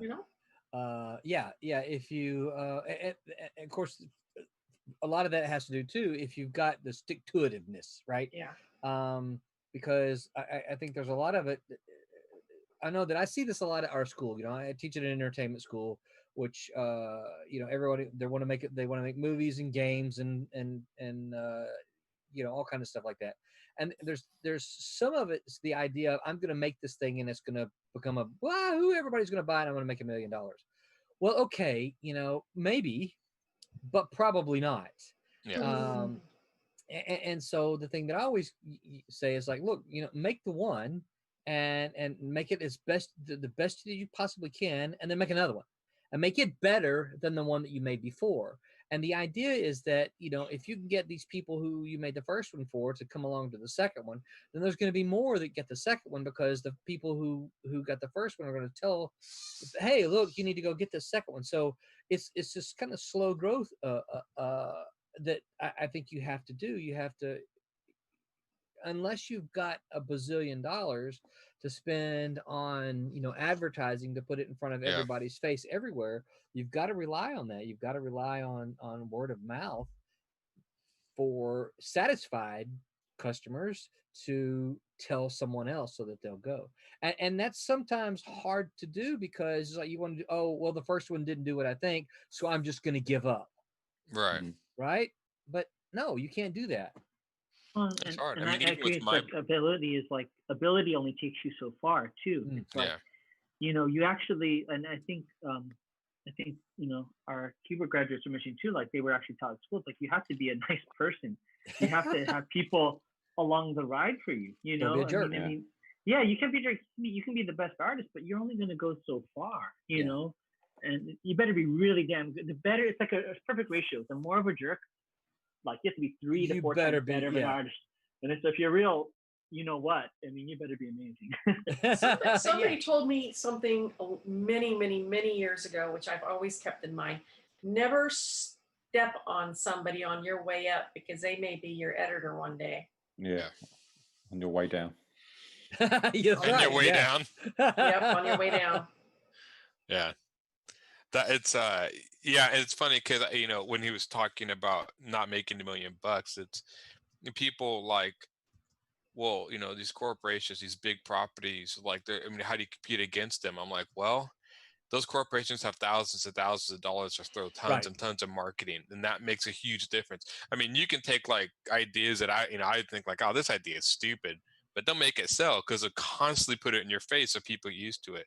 Most comic artists like me don't have that ability. So yeah, you just got to keep, and hopefully, you know, you just keep making, like with my book, I just keep making it and try to promote it the best I can. But it's, I mean, it's especially with the internet now, because again, everybody can post their stuff. So there's like just the amount of stuff that even through my Facebook feed that I see of comics. Like I understand why people, you know, that, oh, that's cool. Oh, what's this? Oh, and then they're distracted immediately. Yeah. How do you get them to hold that attention to want to go into that and see that more? Some people say it's the personality of the artist. I'm like, yeah, but if the art's got to be able to do that too, because you're not always going to be around to be like, I'm a nice guy and you should follow, you know. So I mean, there's got to be something there. So yeah, I think that's where the conventions come in. Yeah, you know, that's where you've got to have that kind of welcoming personality at a convention. Because I can't tell you, you know, the number of times I've been to conventions and walk around and I see some artwork that that looks interesting, and I kind of go over, you know, navigate my way over towards the table, and they never look up. Yeah. And they never greet you. They don't say hey. They don't say go away. They don't say anything. They just never look up. And I'm like, you know, we don't have to become best friends, but acknowledge me, you know, say good morning, say, I like your Arkansas Razorback t-shirt, right? Say, you know, hook 'em horns, where if the rest of you don't know, Arkansas and Texas are, hook 'em horns is Texas, and Arkansas and Texas are rivals. Probably more in Arkansas's mind than Texas. Anyway, you know, say something, you know? Yeah. And I actually, yeah, when I'm at conventions, I actually stand for most of it. I don't sit, and I don't draw. A lot of people like, why don't you draw stuff? People, they always say people want to come over, and I'm like, because people walk by.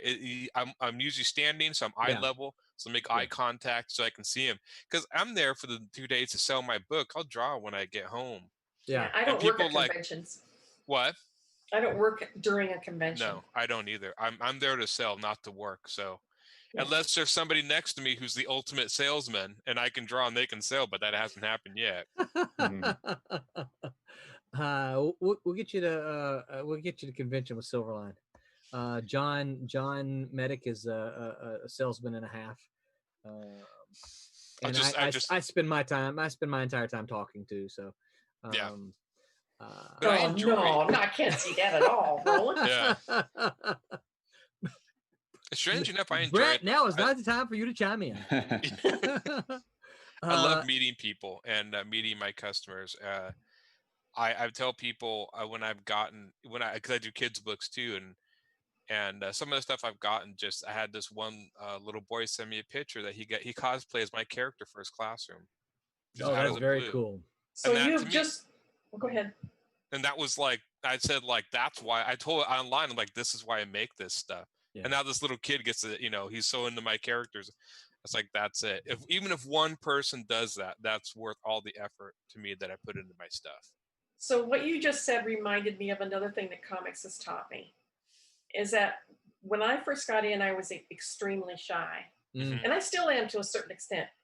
But you can't hide if you're going to make comics. And you can't sit in your studio and just churn it out without expecting to put some face to the name. You can't do that. The first convention I went to, I went straight for the big dog. I went for San Diego Comic-Con with a portfolio that was completely inappropriate. But I had to really force myself to go out and meet people and look them in the eye and shake their hands and ask them to look at my work. And then I could do that for like a couple hours. And then I had to go back to my hotel room and have a panic attack. And then I'd do it all over again. And I did this for 4 days and with multiple panic attacks because it was horrible. Yeah. But the next year I went and did it again, and it became easier as you learned how to do it. And it still doesn't come naturally to me. Yeah. But being in comics has forced me to come out of my shell. Yeah. Has forced me to talk to people, to interact, to have an actual conversation, because otherwise I would just hole up in my studio 24/7 and never come out.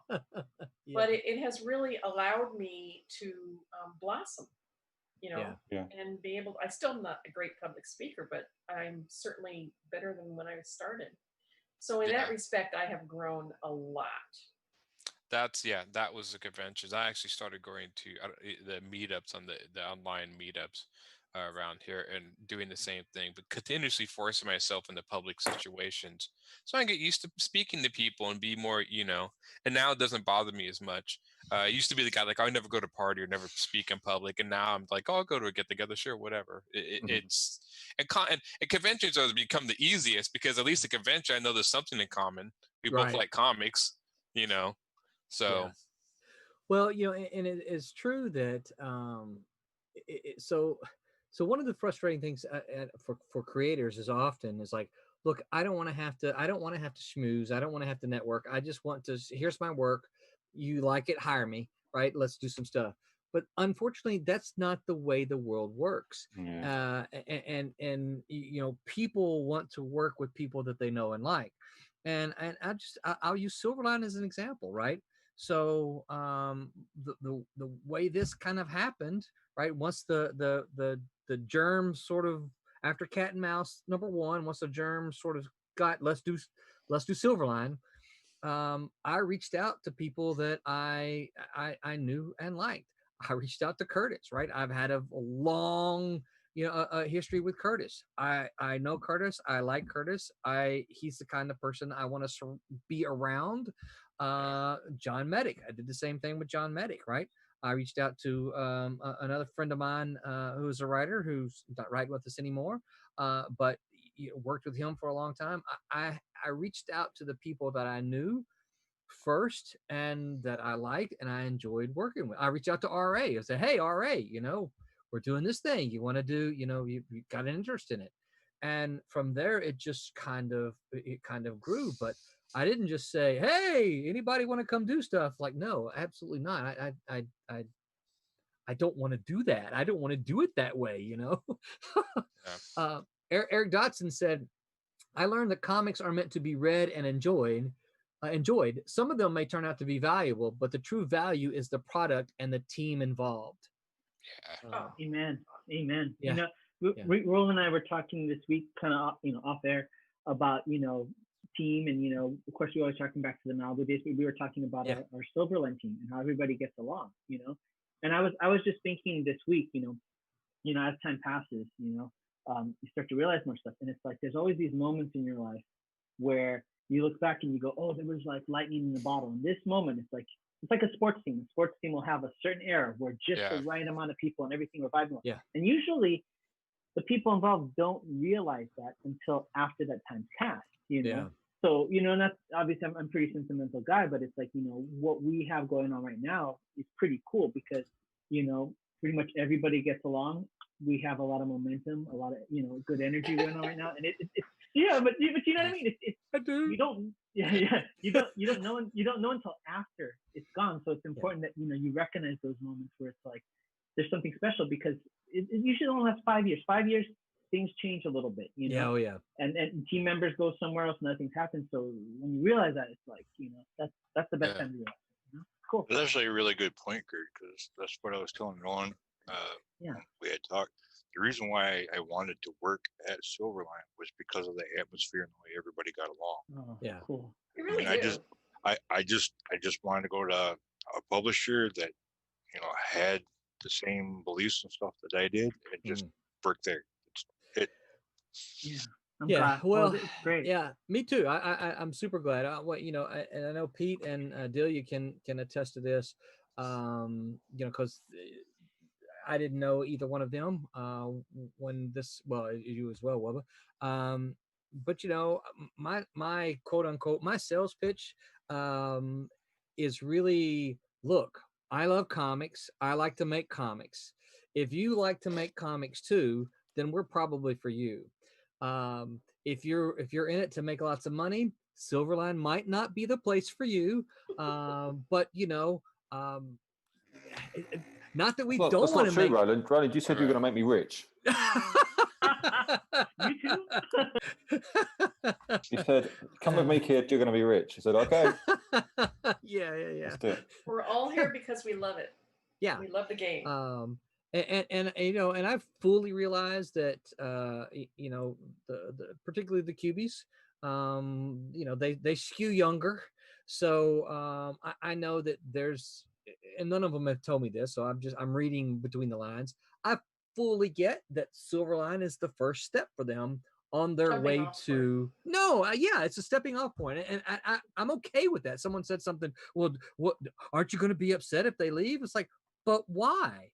I was No. able, you know, we're able to make some good and fun stuff as long as that you know, when that happens, they don't look back and say, "Oh, I hated that place; it was terrible." No, because I don't. Well, number one, I don't think that's going to be the case. But when they can look back and say, "Hey, that was a lot of fun. I learned a lot. There were some good people. Now look at me; I'm drawing Spider-Man." Well, I'm gonna feel like mom, you know, sending my kids off. Right? Yeah, exactly. Roland's the dad. I'm the mom. You know. You know, so yeah, I think that and for me, one of the things that you were saying that is so important, um, so important to me that that's what Silverline maintains an atmosphere of look, these are comic books. They're supposed to be fun. They're not supposed to, you know, they're not supposed to be angry. You know, let's have fun. Let's tell some good stories. Let's entertain some people. And yeah. So it makes my heart happy to hear you say that, Wubba, that's the reason that one of the reasons that you wanted to make Silverline your home for now. I like it because it's got a laid back style, which really mixes well with my retirement. I would not go back to DC and Marvel now because I don't want to do you know, the pressure. Oh my God, the pressure when I worked for them. It was intense, you know, and I worked 7 days a week and I 12, 16 hours a day all year long. Now it's so relaxing to be able to work with people that are more relaxed, laid back. We're all happy. We have fun. We have fun doing what we're doing. Yep. Well, so why do you have me here then, Roland? you know, everybody needs security. Wow. Wow. You know, I moved to Florida in 2011. And from 2011, now it's been about 2 years. DC offered me a position 3 different times. And really? Yeah. Nice. And the problem is like, no, that's just not enough money to go and do what you're wanting me to do. It's like I get it. I'm so thankful that you feel this way. You know, and I'm honored that you would do this. But no, that's not what I want. It's not what I want to do. I don't want to go and be someone's corporate butt boy again. You know, it's just not what I wanted to do. Like I said, I'm extremely thankful for it, but I'd rather do what I'm doing. You know. I totally get what you're saying. It's like when I walked around away from the video game industry and we were talking about people just want to be around people that they like. Yeah. I always wanted to work for EA, you know, back before what they're known for now. But I went ahead and I went for an interview there. Sports. Yeah, and I went into the office and it was my art director was competing for the same job as me, and I knew I didn't want to go back into the corporate world, but I was there for the interview and I walked in, And so I was just cool as cool as can be. I just started talking to the art director, and I said, he's looking at my work. I said, hey, can I look at your artwork? He goes, yeah. And then I was like interviewing the art director at EA. I was like, well, what were you trying to do here? And that's cool. And he's like, hey, you want a beer? I'm like, yeah, let's have a beer. We hung out in his office while my former art director is outside in the lobby, you know? And and then I walked out like a half hour later, and my former art director was like looked stressed out. He's like, why were you in there for that long? And then they offered me the job, you know. But like you, I didn't want to go back into that corporate life, you know. And then they thought I was playing hard to get. They raised the salary, and so then I was like, that was the moment. It's okay if I turn. It's like the really hot girl in high school you've been trying to date. You know, if you turn her down, you're not going to get a second chance. So I knew that was it, you know. But yeah, there comes that time where you love the art. Yeah. The business is something different. If you can make the two happen, that's great. You know? But that doesn't always happen. You know? That's the one thing I learned being. I didn't work super corporate, but I've been in school and stuff. I've always been one of these, like, I love the art and I love creativity, and I learned really quick because I was like, oh, maybe I could be a concept artist. And then I was like, yeah, but it's just going to have you draw variations of. One person said, like, the Sulaco from Aliens, like, they're just going to have you draw variations of the same ship. Like, I started realizing when, like, going the concept, I was like, is there any creativity? No, not really. They just want you to look at what this sold before, make a variation on this, sell it again. Yeah. And I was like, well, that's stupid. And I've always been one of these people, and I don't mean this, maybe I do mean it to be mean. That I've never seen people make something so generic so fast unless you're in a corporation. I'll take a really cool idea within 3 steps. It's like, yeah, now it looks like everything else. Go with that. And I'm like, all right. And it's amazing. I mean, how many ideas get squished down? Well, I'll tell you, I'll tell you what I learned. And this is, so you got to listen real closely. Okay. So people often ask me that, you know, what was the difference between when when you worked for Malibu and when Marvel became the editor, when Marvel became the owner. And I tell them this, I say, well, here's the difference. Okay. As an editor, if you bring me an idea for a book, and I'm like, oh, I love this book. Let's take it. Let's see what we can do. I could take it to the owners at Malibu, which would of course been Scott and Dave and Chris and Tom. Okay, I could have taken it to them and made a pitch. Their question would have been this. Okay, now here's where you got to listen closely. Their question would have been, "Can we make money?" And if the answer was yes, then that's it. Yep, then do it. Right? So they would have done it. Right? When Marvel became the owner, same scenario. You go and you ask them. Pete stopped. Put our faces back up, then, Brett. When Marvel became the owner, then same scenario. You go and pitch the story. The question became, how much money can we make? All right. It sounds almost exactly like, but it's not. For Malibu, it was, can we make money? And for Marvel, it was, how much money can we make? Because there was a point for Marvel, that's not enough money. We need to make more money than that, and that's not worth us doing. And so, yeah, that's not something that I knew until, you know, I existed in the belly of the beast. Yeah. They're looking at actual, like, end goals instead of, like, do you think we just could make money at all on this idea, whatever? Yeah. Right. Yeah. It's such a different climate, because I look at now, I mean, are you looking at, I use movies as an example. You know, Indiana Jones, Star Wars, Aliens, Predator, very unique movies. And I've thought, looking at the current climate of so much corporate controlled media, that would you be able to make unique ideas like that again? It's very rare. And maybe the 80s and the 70s with that era of boom with all these, because we've been kind of milking, you know, especially Star Wars, milking that for years. But, you know, there's somebody that makes such unique, you know, like Ninja Turtles. If we take Ninja Turtles to, like, any Marvel DC, they would just say, get out of here. What the hell? You know, but look at it. Yeah. So that's the thing that I find almost sometimes kind of, you know, yeah, these ideas sometimes are weird, and you sometimes take a chance. But man, if the chance works out, if lightning strikes, I mean, holy Yeah. shit, it goes from 0 to 60. I mean, it's huge. And Well- but if so many people constantly looking at this made money before, so we're looking at what came before to see if this will make money.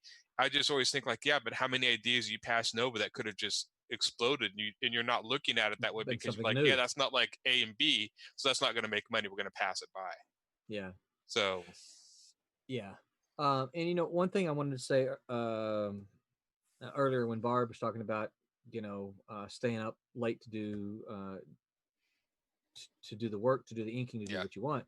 I as a sports fan, I have a tendency to fall back on sports analogies a lot. And of course, I coached both of my kids in little league ball. I coached my daughter in softball until she joined the high school team, and then I coached my son in baseball until he quit playing baseball and joined the band. But one of the things that I'm sure you guys have heard, if you didn't participate in sports, you've at least seen the movies. One of the things that coaches always ask the players when it comes to practicing and that kind of thing is, how bad do you want it? And that really is, I think, something that you have to ask yourself when you're trying to make these comics is how bad do you want it? And I tell people, Jimmy Palmiotti, you guys probably all know who Jimmy Palmiotti, great guy, one of the nicest guys in comics, took me to my very first ever Marvel party. And he only had known me for like 2 days. I've heard Jimmy say that over and over that he's not the best inker, he's not the best writer, but he's the hardest working one. Yeah, I don't know if that's true or not, because I know a lot of people who work pretty hard. But I do know that for me personally, is I had to make those conscious decisions when I was in college. I knew that that's what I wanted to do, and so I went to school, I worked a job, and then when I came home, instead of going out to party with my friends, which a lot of my friends were going out to party, not that I had anything against it, but they were going out to party, I was going back to my room to work on comics. I was going back to my room to work on my writing. And I actually met Stephen Butler and Mitch Bird while I was in college, and we got our comic moving when I was a junior in college. So we were working on making that happen, and so it was pretty quick after I graduated that we made it happen. But that's only because I did not spend every Thursday, Friday, Saturday night out in the bars that all my buddies were doing. I was spending that time. I had a job while I was in college, but I was spending that time working on comics. And when people ask, I'm like, well, the only reason I did it is because I really, really, really, really, really wanted to make that happen. I really wanted it, and so it was what I was willing to do. And now I was dating BJ back then. We were not married yet. We are married now, but we weren't. The beauty of it is she was supportive of that. She was like, yes, I understand this is what you want to do. I support this. Let's make sure we at least have a date night like every other week. And so we would go and have a date night and do stuff. I don't remember the frequency, but I know that we didn't go out every single night. But we made sure, I made sure that we spent time. She made sure too. We did too, right? But she supported me staying at home or in the dorm in my apartment, working hard, because she knew that's what I wanted to do. Yeah, and I was very, very fortunate to have a husband who was willing to play Mr. Mom. And I mean, there was a lot of times I only got 2 hours of sleep a night because I had a hard time turning down projects. So I would be working on 2 or 3 books a month and doing covers and trading cards as well, because I wanted it that bad. I was very driven. Yeah. I worked 7 days a week. I rarely ever took a break. And the minimum I worked was 10 hours, so usually 16 every day. And that goes back to, how bad do you want it? And you've got to be willing to, and I see, of course, because I teach at the university, I teach a lot of young creators. I see a lot of them come through, they talk a good talk, but then when I hear them, it's like, well, what did you do this week? Well, I spent, 40 hours playing this brand new game, and I binge watched all these, 13 new Netflix shows. And I'm like, did you spend any time doing this thing that you say that you really want to do? Oh no, I didn't read anything. I didn't write anything. Okay, you know what that tells me? That tells me you don't really want it. You want to call yourself a writer, but you don't really want to put in the time and effort that is required to be a writer. And that's something else that comics will teach you. Discipline. Yeah. And the thing too is you don't know what that line is where you're going to get it, right? Right. It's going to come on its own. It's like, of course, for me, not just art, but the martial arts thing. There was a sequence, the final sequence of movements that my teacher, my CPO, was trying to get from him. He taught all my classmates who had been there for a shorter time than me. And I would drive up to San Francisco to try and get it from him for like 5 years. He didn't teach me anything. In fact, one time I would go up, I'd donate money to him. One time I went up after 5 years. I thought every time I go up, this is when he's going to give it to me. He's going to complete the whole system. One time I went up, he had me teach the kids class. I could only stay one night. He said, okay. I didn't even get to practice. He says, teach the kids class. And then when I was done, he says, have a nice trip back to LA from San Francisco. And I talked to another older gentleman who was in the game, and he told me, I asked him, I said, finally he taught me. I said, why did it take so long? I said, was it because I wasn't ready? Or was it because I didn't earn it yet? He goes, it's the same thing. And he goes, the reason why he was so hard on me is you could take it. You wanted it. He taught everybody else because they wouldn't stick around long enough. But he knew if he pushed you, you would get to that level that most people don't get to. Yeah. And you were willing to take it. And it's that thing, but you can't put the expectation of when that goal is going to hit, right? That's the folly. And youth is and time is the currency you pay. Yeah, right. Really. And you have less currency as you get older. A lot of people don't understand this too. Is that comics is a business. Yeah. I did this for over 12 years, and I've never missed a deadline the entire 12 years. And because of that, because I was wanted to be professional, it was my business. It taught me to be disciplined. It taught me to make a schedule. It taught me that I couldn't procrastinate. I couldn't say, oh my God, I just don't feel like making art today. I didn't have that luxury. I didn't have that luxury. You have to teach yourself to be disciplined. And that's a huge, huge lesson to learn. Yeah. Me and my friend Juan, he also makes comics. We've talked like the difference of people making it in this is they enjoy the grind. And the grind is the number one difference that's going to cut or break people. If you don't enjoy actually making the book, don't even bother attempting it. Right. Because the grind is what's going to wear you down to like, this is like, and the people are like, yeah, but you're going to get a lot out of it. Maybe self-satisfaction, in the end. Well, but yeah, it's really the grind. And this goes back to what I was saying, about fun. Why this is an important thing for me. Yeah. When I talk to folks, Silverline has to be fun. You got to have fun doing what you're doing, because if you're not having fun doing this, you might as well go do something else. Right. You might as well go shoot pool. Go play a video game. Make sure you're having fun. I paid my dues. Now I'm having fun. Yeah. Mighty Travisor says, what markers, pens, champ using? Pete, what are you using there? You're not using a marker or a pen, using a pencil, right? What kind of pencil are you using? Right, so I've got a mechanical, can you see this? Yeah.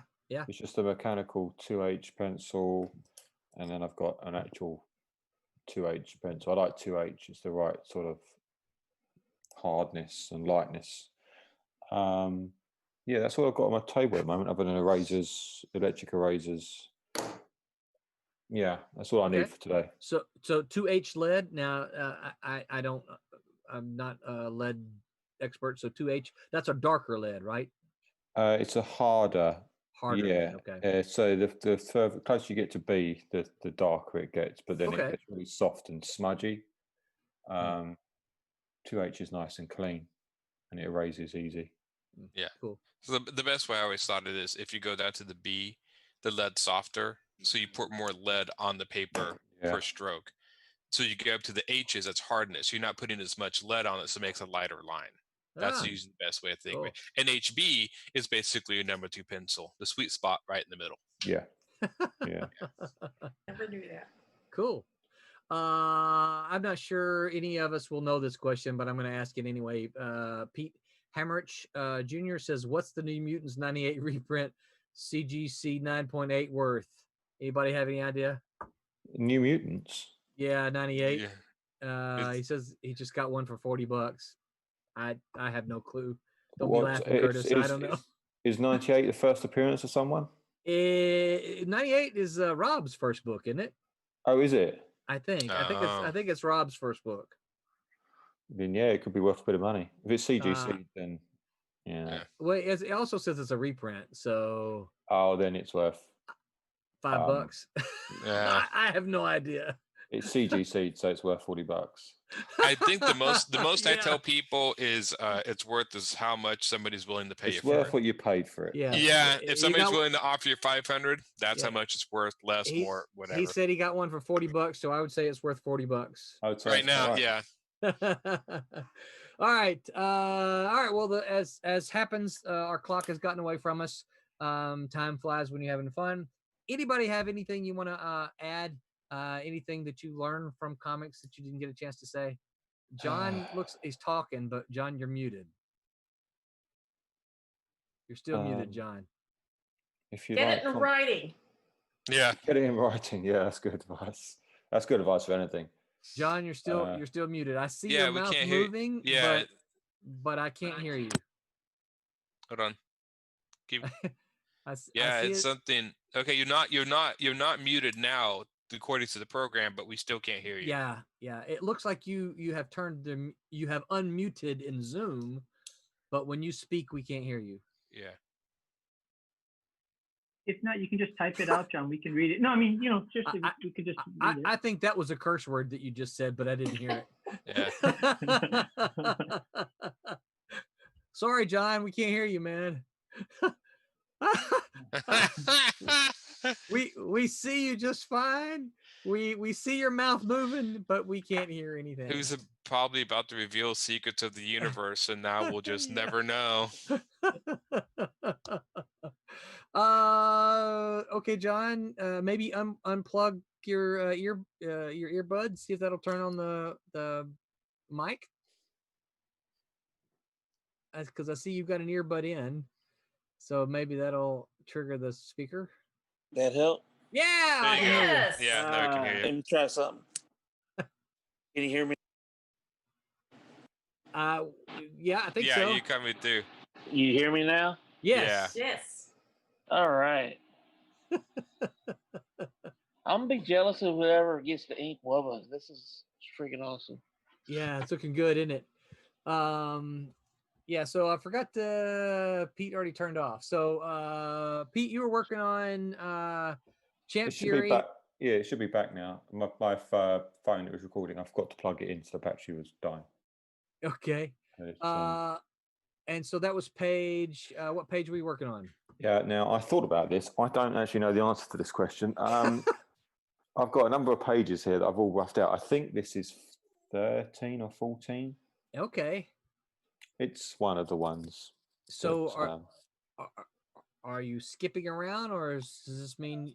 Yeah, I just Okay. I printed out a load of roughs. I've been doing a load of roughs last Okay. week or two, and I just picked one up for this evening. I thought, oh, I'll do the nice splashy one Okay. of Cool. Champ and Woody. I think it's 13. It's Champ and Miss Fury. Yeah. It's definitely one of those pages. Okay. Definitely one great. of those pages. And what have you been working on here? You're muted. You're muted. You hear me now? Yes. Yeah. All right. So yeah, cover for issue 5, 6. Well, it'll be issue 1. Okay. We'll one of a new miniseries, but yeah. Or volume.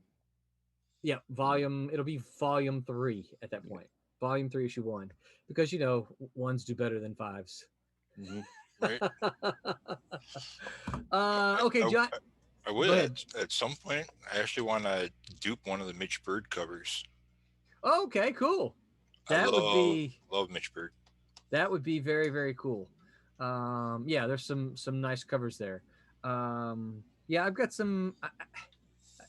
Yeah, I will talk covers, other color ideas and everything later. Very cool, John. Now that your microphone was working, were you going to say something earth shattering to us, or? No, nothing earth shattering. Okay. All right. Well, guys, it's 11 o'clock. Let's go around and tell everyone where they can find us online. John, we'll start with you so that your mic doesn't break again. Tell everybody where they can find you on the interwebs. Apparently all over the interwebs somewhere. Facebook, Instagram, Twitter, Patreon, everywhere. Okay. John Vampire Martin, John Martin, John Vampire Art. Those words go together one way or the other, and you can find me. Roland put some stuff down there that's got links. So. Yep, I will put all the links in the description. Very cool. Thank you, John. Barb, what about you? Where can folks find you on the interwebs? I'm the only Barbara Kjellberg. I show this every time, but anyway, there's how you spell it, Kaalberg. So you can find me under Barb Kjellberg on Twitter, Facebook, and Instagram, and DeviantArt. Woohoo! And of course, you're showing off your San Diego Comic-Con. Yeah, it's because it's got the nice big writing. Just y'all looks professional and stuff. I got a dozen of these sitting around. What she's doing, she's showing is like, look, everybody, I've been to San Diego. Yeah. Curtis, what about you? Dozen years. So you can find me on you. Facebook, Curtis Fujita. You can also find me on Instagram. Through my martial arts website, it's Tiger Crane 805 on Instagram and YouTube. I'm actually have my personal account on Instagram, so that's Kemp5, that's KEMPFIVE. And that's pretty much it. That's where you can find me. Excellent. Delia, what about you? You still standing there? Yeah, I'm still here. On Instagram and Twitter, it's _Delia Marie. And then on Facebook, it's Delia Marie Art. Cool. What working? What? Go ahead. Because the other one was taken. Delia Marie. You have to hunt her down and find out. Hey. Yeah. Give me back my name. Yep. What about you? Where can folks not find you on the interwebs? Literally everywhere.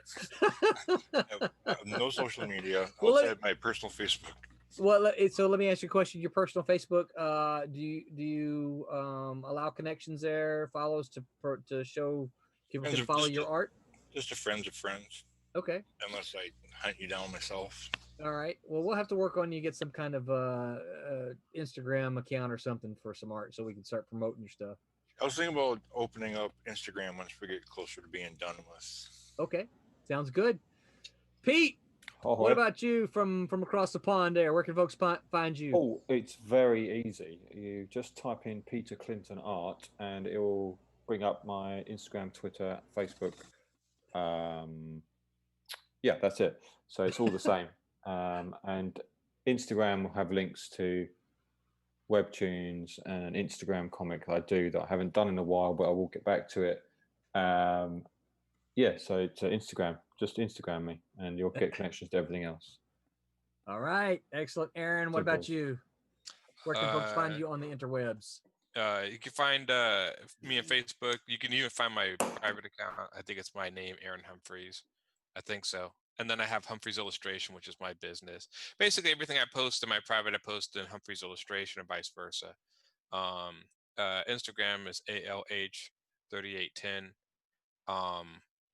And then I'm publishing my Galleons on Webtoon. Publishing issue 8 right now and working on issue 9. So I post every Monday new stuff there.